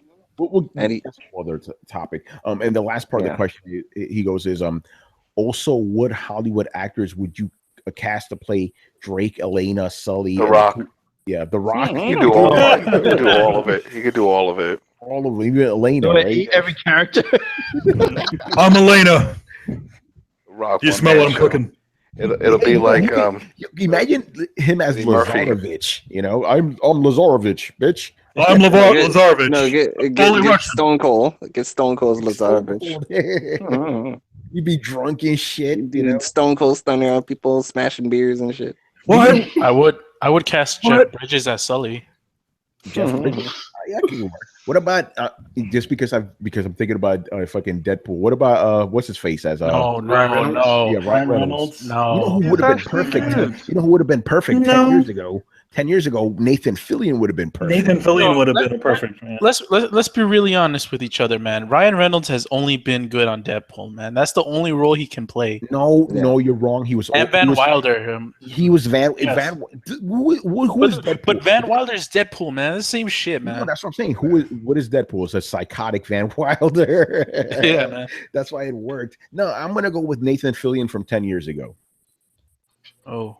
Nathan Fillion from 10 years ago, I agree with. We've said this before, though. He got bigger now, so it's like... Yeah, that's what I'm saying, 10 years ago. He ain't escalating no fucking... And he's old as fuck, too. He got all those wrinkles. That's why I said 10 years ago. You motherfuckers don't listen. No, I'm just saying that's another reason why. He just prefaced that thing. He just already said that. Yeah, 10 years ago. Just like I always said, Timothy Dalton. I was agreeing. Timothy Dalton from 1989 would be a perfect Tony Stark, you know? Oh man, who you guys want? I don't know any of these fucking actors or actresses, so I'll let you guys. Me neither. I don't really care. I don't know. Not. Oh well, you know what? We could say, bro, Chris Pratt. He could do it. He could be Nathan Drake. Yeah, he could be Nathan Drake. Yeah, people like him. Man, Chris Pratt could be anyone. He needs hair though, but yeah, he could do it. He couldn't raise like all these white motherfuckers look the same. That's why I said, but The Rock fills that void. Okay, there you go. I'm gonna go with that. Star Lord as fucking Nathan Drake. That works. Yeah, current actors, Star Lord, Sully. I would say the actor that plays Sully, he's a real actor. So there is he would have to lose some weight. See? Yeah, he can't be running around doing. And half the time he'd be CG because he'd be jumping all over the place. You know who I want to be, Sully? Bruce Campbell. Yeah, that would be amazing. Yeah, there we go. You put a beard on him. Hey guys, how you doing? He'd be playing his role from Burn Notice. Yeah, there you go. Totally. So yeah. So Chris Pratt, Bruce Campbell. Now we got Elena. You get the same girl. Yeah, she just looks like herself. She looks like herself. Get her. You know, she looks like herself. And then now, what's her face is Chloe. What about Flynn? Flynn? Which one was Flynn? Was that the brother? Uncharted 2. Yeah, do we need we doing 3? Brother, man? Oh, get Loki. Loki. Yeah, oh shit. Yeah. Tom Hiddleston. Yeah, Flynn. Oh, yeah. Tom Hiddleston as Flynn. Yeah, I was good. Yeah, Chloe. I like that. I would go Chloe. You know, I would kind of go with what's her? Oh shit. Zoe Saldana, son. Let's go with her. Nice. So we could go with Zoe Saldana. You go with Zoe Saldana, or we can go with Penelope Cruz. The girl from who's currently in Westworld. What's her face? Oh shit, I can't remember. Yeah. Olivia Wilde. Yeah, is that her? Yeah. No, that's not her. She's in House. Oh, what's the girl from Westworld? From the Daredevil, the girl that played Elektra. Oh yeah, her. Yeah, that could work. Or actually, what's her face would be better. Rosario Dawson would be kind of good. No, Rosie. Yeah, there you go. Rosario Dawson, perfect. I'm looking for like a dark skin chick to be Chloe. You know? No, but not. I mean, she'd work. But I'm saying the chick from Westworld would be better though. Is that her name? The white one or the black one? There's like two main black one. chicks. Yeah. Oh, that's some other one. So the brothel lady, the woman in charge. Yeah, the brothel lady. She'd be perfect. You don't spoilers. Some of us have not caught up yet. Listen, number one. Right, I haven't seen it. You didn't spoil anything. Number one, that's not a spoiler. That's not a spoiler. Just in case. I don't know. Spoiler. A brothel in the Wild West. Spoiler. Dumbledore dies. You know. All right. I don't know what the fuck you said. Earmuffs. All right. Next question from Red Inferno, Mr. Corey. Right. Corey. This is interesting. I'm hearing a lot of talk that Sony should move the release date of Horizon either forward or back because they think I can't even read this without laughing because they think Zelda is going to overshadow it. Oh, get the fuck out of here! This is coming from sites like Push Square and Gaff, NeoGAF. No, son. Listen. Oh no, sorry. son. They have Get nothing the to worry fuck out about. of here. Okay. Let's just be realistic here, right? You have 53 million PlayStation 4s versus how many Switches at launch? Come on, man. No way. Plus, Guerrilla Games loves their fucking end of the February release dates. They did it with like fucking 2-3 kill zones. They doing it with this one too. They ain't changing shit. They got nothing to worry about. Can we just be honest with each other right now? Zelda isn't that big of a fucking title. It's not. It's like, popular, but it ain't big. Yeah, like what's the most a Zelda game has ever sold? Like, fucking. Let me check. Skyward Sword. I just want to say this right now, Carlos. I'm glad you said it and not me, right? Because I don't have to get the heat. But you're 100% right. If this was Mario, they'd have a case, right? Yeah. Zelda, no. Zelda is like a really big franchise. Obviously, there's a lot of history, but that shit is not a big seller. Metroid would have a better chance. But I already said this on Twitter. Zelda and Switch are both starting from 0. PlayStation has an install base. Horizon has probably has plenty of pre-orders because it already has market share. PlayStation 4 is ahead of everyone else. So, and then the logic that they would need to move their Horizon should move its release because Zelda will crush it. That's ridiculous. You're only scared that Zelda will be overshadowed by Horizon. That's the only reason you'd want to move the game. If you are confident that Zelda would sell, you wouldn't even care what the release date of Horizon was. Can I just point out that I just went on Amazon now to look for Switch pre-orders, and as you said, it's unavailable. But looking at the games, and the order went Zelda for the Wii U, then Resident Evil 7, and then Horizon for top pre-orders on Amazon UK. Wow. Okay. The thing is, I was quite surprised myself. I'm like, okay. Wow. Okay. See, and I just fucked up, right? I'm surprised you guys didn't call me out for this one. The Switch, the Wii U, 13 million, right? You know, let's throw that into a factor, right? The Zelda version for the Wii U, right, versus the PlayStation Horizon. Even then, I still don't think it's going to be. It won't, because most Wii U players are disengaged. They have thrown their Wii U in a corner. I guarantee not even 20% of those people are still playing. So from that pool of people, how many do you think are Zelda fans that they're going to buy this game? Yeah. And the thing is, those people who are going to buy the Zelda games, there's a high chance that they never really had any interest in getting Horizon Zero Dawn, or even have a PlayStation to get Horizon Zero Dawn. So that money, it's not like they're sitting there debating on if they should get this Zelda game or Horizon Zero Dawn with the PlayStation that they have on. No one has a fucking PlayStation as a secondary. Okay, let me rephrase that.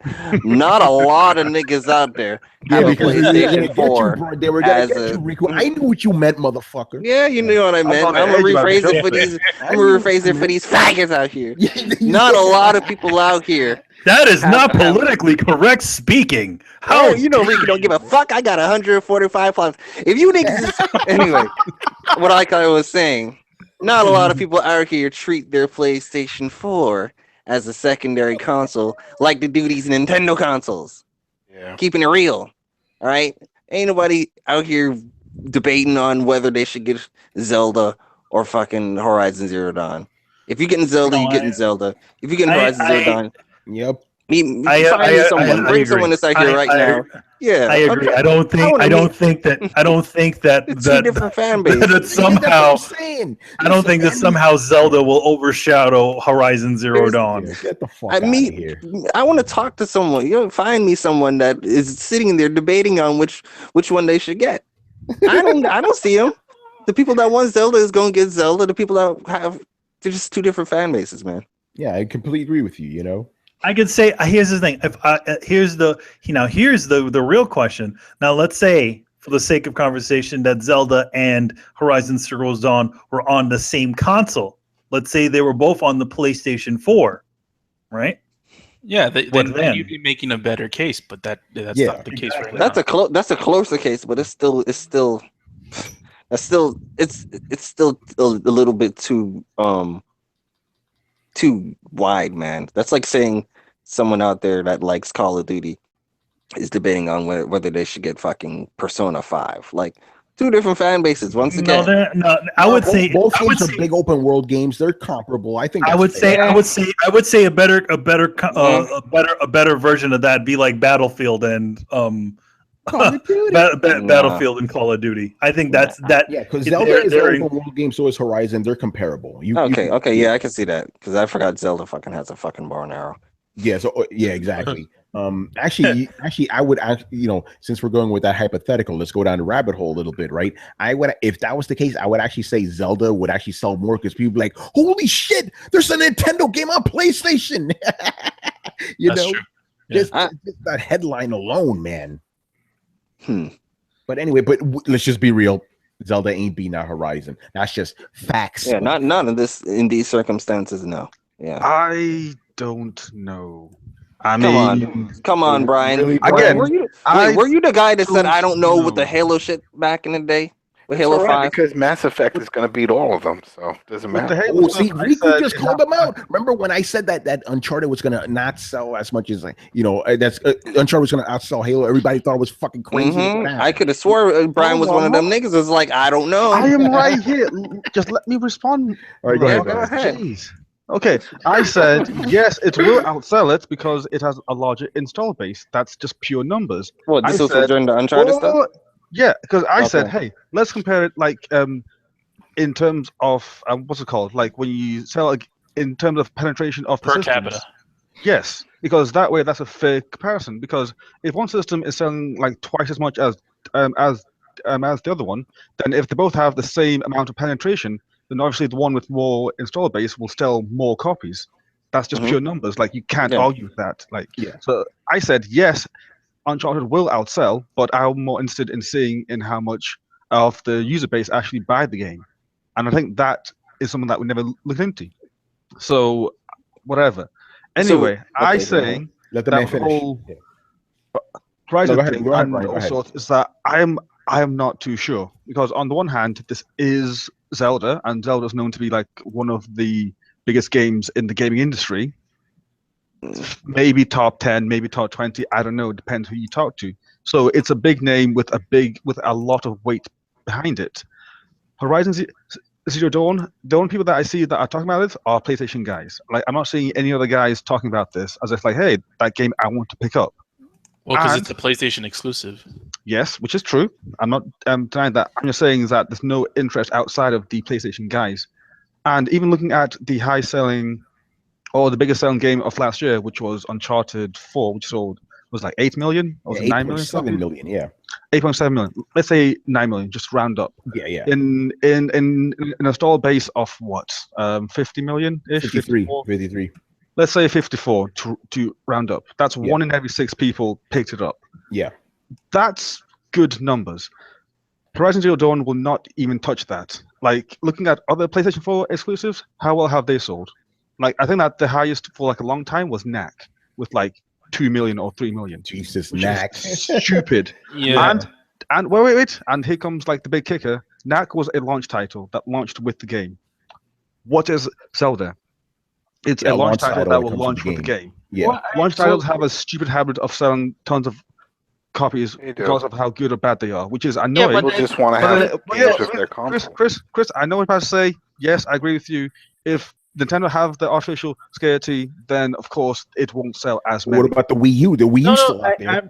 I'm not going to talk about. There's not that many Wii U's out there to push for that many. So I don't know. Well, I'm saying that there is a possibility. I just don't think it's done and dusted as you guys say it is. I think it's highly improbable, and I'll tell you why.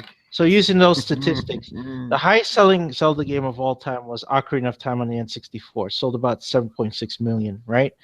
So you look at the trend of Zelda sales going through the years, and they fall. So you get to the Wii U, right? The Wii U had the Wind Waker remastered and Twilight Princess remastered. Those didn't break 2 million each for sales, and that's and Twilight Princess came out near at the end of the Wii U. So you already have this install base and nobody there. So I get what you're saying about a launch title. Skyward Sword, by the way. Trending. No, that's the original Wii. I'm talking about Wii U. But if you want to talk Skyward Sword didn't break 4 million.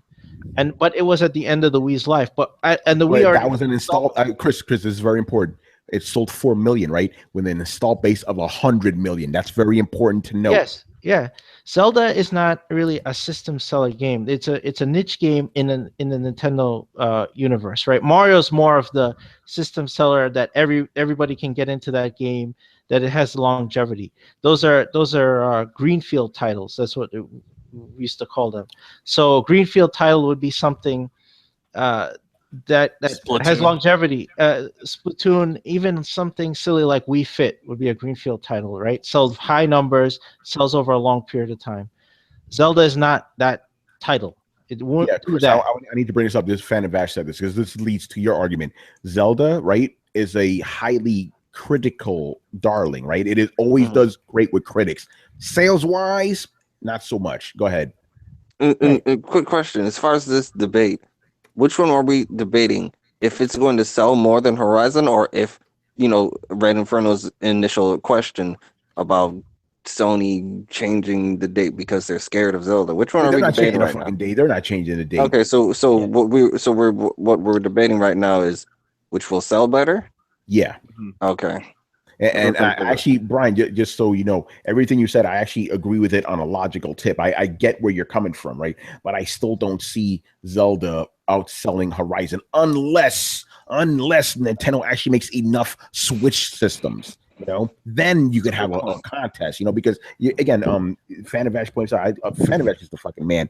Killzone, Bloodborne, Drive Club, Infamous, all sold 2 million. 2 million is about what PlayStation exclusives sell for the most part, right? So Zelda needs to sell over 2 billion, basically, But again, I don't see Nintendo producing enough systems. If they did, then we could make a case for it because it's an established franchise against a new IP. You know how that always works. Established franchise coming out at launch, yeah. But Can you just rename the games that you said again, please? Oh yeah, sure. Killzone, Bloodborne, Drive Club, and Infamous. First Son, Second Son. Cool. 2 of them were launch games. Bloodborne actually outsold The Order, which had a lot more marketing than Bloodborne did, which is quite weird. And Drive Club, I don't know about Drive Club. I don't know. That was just weird. Wait, what about that first? But it was fun. No, but the point is, I think we could establish as a baseline. Most Sony exclusive games sell around 2 million, right? So Zelda just needs to beat that. It can do it if there's enough Switches. I don't see that happening though. That's my main thing. Let's see the numbers because I think it's going to be relatively close. Like maybe 1 or 2 million in it. It won't be like 3-1, 10-1 type shit. Oh, that's what I'm saying. I don't think so either. Well, I'll disagree in that I think there will be some gimmicky stuff in here that this game will not receive the critical praise that past Zeldas have, and that will hurt. That will impact its sales. I mean, I played it; was great, but there are a couple of things in there that I noticed that people will not like in terms of gameplay, and that could be a huge factor in affecting its sales and its reviews. Will we be taking digital sales into consideration?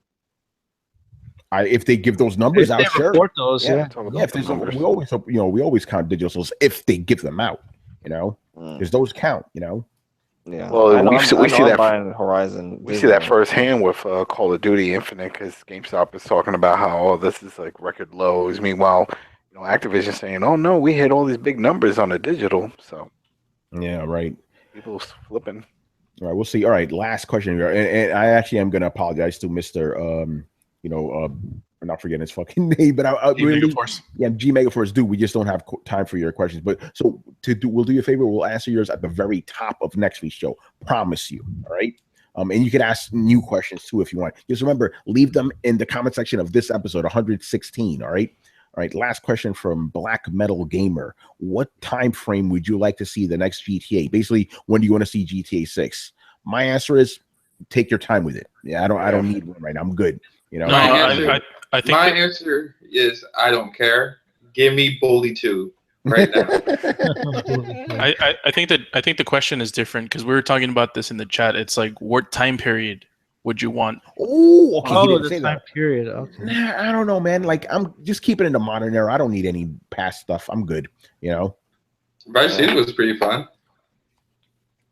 I mean, I liked Vice City. I liked San Andreas. I liked all those games, right? But it's like, no, just keep it in the present, But it'd be like a totally different game, like Red Dead Redemption, Yeah, I'm like good, man. I don't need any more timepiece GTAs. I'm good. Keep them modern, But if they were to make a time piece one, what era would you want to see? Industrial Age, like the way it's Syndicate. That was pretty cool. The future. Oh. GTA Future. I don't know. That'd be interesting. Like GTA, like in a planet where there's like different species and stuff, and then you're kind of like the Fifth Element movie or some shit. Yeah, there's prostitutes and stuff. Alien prostitutes. Like Mass Effect. Oh shit. Anybody else got anything? Like I said, I keep them modern. I think table tennis. That's all I want. The police chasing you are like in floating vehicles, like floating in the air. That'd be cool. And then that would totally alienate all the Grand Theft Auto fans, like the Call of Duty fans. What the fuck is this? It's in space. It's in fucking space. How am I gonna drift? And the galactic police are after you to chase you from planet to planet instead of from town. Oh, that should be crazy. Like Cowboy Bebop. You might as well just make it. You might at that point. You might as well just call it something else. Yeah, you kind of lose the point of GTA. It's supposed to be a satire of our world. That's what I'm saying. Like it's gonna be like if they do a different time periods, like I said earlier, like Red Dead Redemption is the Wild West GTA. If they're gonna make a game like in the future, they might as well like make a whole name of something else. That's what I'm saying. Call it The Agent. That's what they're gonna call it. Oh man. All right, let's start wrapping up a couple of things here. So I'm going to be on the Press Start podcast with my man Kofi talking shit. It's going to be fun. That'll be tomorrow or today at 8 p.m., I believe. That'll be fun. And I'm going to do a quick apology to my man, Ghost Dini and Black Star. They want me to tell this Burger King story. I'm going to save that for next time. This episode's been too long. Manny, remember that really ghetto-ass Burger King we went to in Manhattan that one time? Oh, yeah. We're going to tell those guys. Which one? There's a few of them. This one was right next to the Empire State Building. Yeah, because we left Jim Hanley's and we went to this Burger King. Oh, my God, this Burger King, But we'll tell that story next time. But before we leave, everybody, I want to thank Ray, for showing up. Ray, tell people what you've been up to these days, man. Where they can find you, all that shit. Okay, y'all can find me on Twitter, even though I hardly use it. Ray_squared. That's my Instagram as well. I guess if you want to follow me, see pictures of my food. Let's see. I'm on PSN, but I guess it's not right for me to tell my PSN on here. It's just people gonna go in on me. If you want to, I mean, if you want to, it's not a bad thing. But yeah, like I just been playing games. Playing NBA 2K17, and you can find me playing. Like I recently beat Final Fantasy 15. Yeah, all I've been doing is reading manga, playing NBA 2K17, and binge watching all these fucking shows on Netflix. They have been putting out quality stuff. Right. So there you go. And Riku, man, what can people find you and all that? Man, these niggas know, son. Riku, son, one, the only one on Twitter, and follow your boy. Fucking Facebook, PSN, Riku, son, one, everything. I'm tired of shit. I'm sorry. Yeah, don't worry, baby. We got the links in there. Because now you got fans. By the way, people, Riku is just a guest now. He's not here all the time. Yeah, man. I'm not here all the time. If you do got questions, though, and they're, reasonably short, I will, Tony can send it to me and I can tell him and he can just say my answer on there and then that'll be it. But yeah, because what happened with this one was like, Riku was like, no, I can't. I need to be on air for this one. Yeah. And plus, I thought Brett was going to be here because I wanted to hear Brett's answer on that. Yeah, that question. That was because I recently just figured out I didn't know Brett was actually a fan of Dynasty Warriors. Yeah, OG, man. OG. Yeah, I don't talk to Brett a lot, so I don't know a lot of stuff we have in common other than that and the Soul series, and that's it. Yeah. That's funny. All right, so let's start wrapping this up. So thank you for watching and at least listening. Leave us some questions in the comment section on the Coalition or on YouTube so we can answer them on next week's show. Make sure to follow the Coalition at thecoalition.com. Also help support the site by donating to the Patreon page. Subscribe to Throwdown on SoundCloud, iTunes, and YouTube. Don't forget to follow us on Facebook and Twitter at Throwdown Show. Links are available in the description below. Once again, our show is Tony Polanco and tonight joined by Emilio Lopez. I'll see you later, guys. Oh, by the way, thanks a lot for all the follows on YouTube. We hit a really high number. Yeah, man, it's crazy. What is that number? Yo, check us out. Okay, when we began the year, we were at 631 followers, right? Now we're like, last time I checked was 655. Like, damn, so keep this up. We want to get to 700 by the end of the month. Let's see if we could do that. I'll be amazing.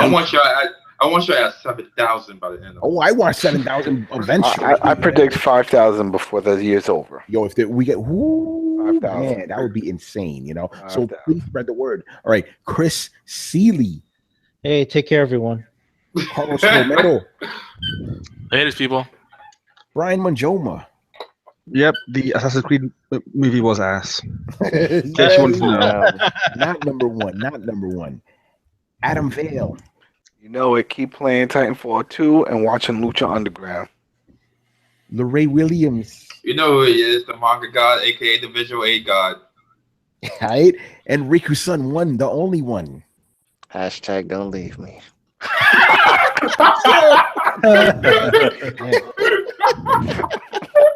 Inside joke, people. Inside joke. Motherfuckers are crazy, man. All right, people. Peace out later. Oh, that was great. No. Later, guys.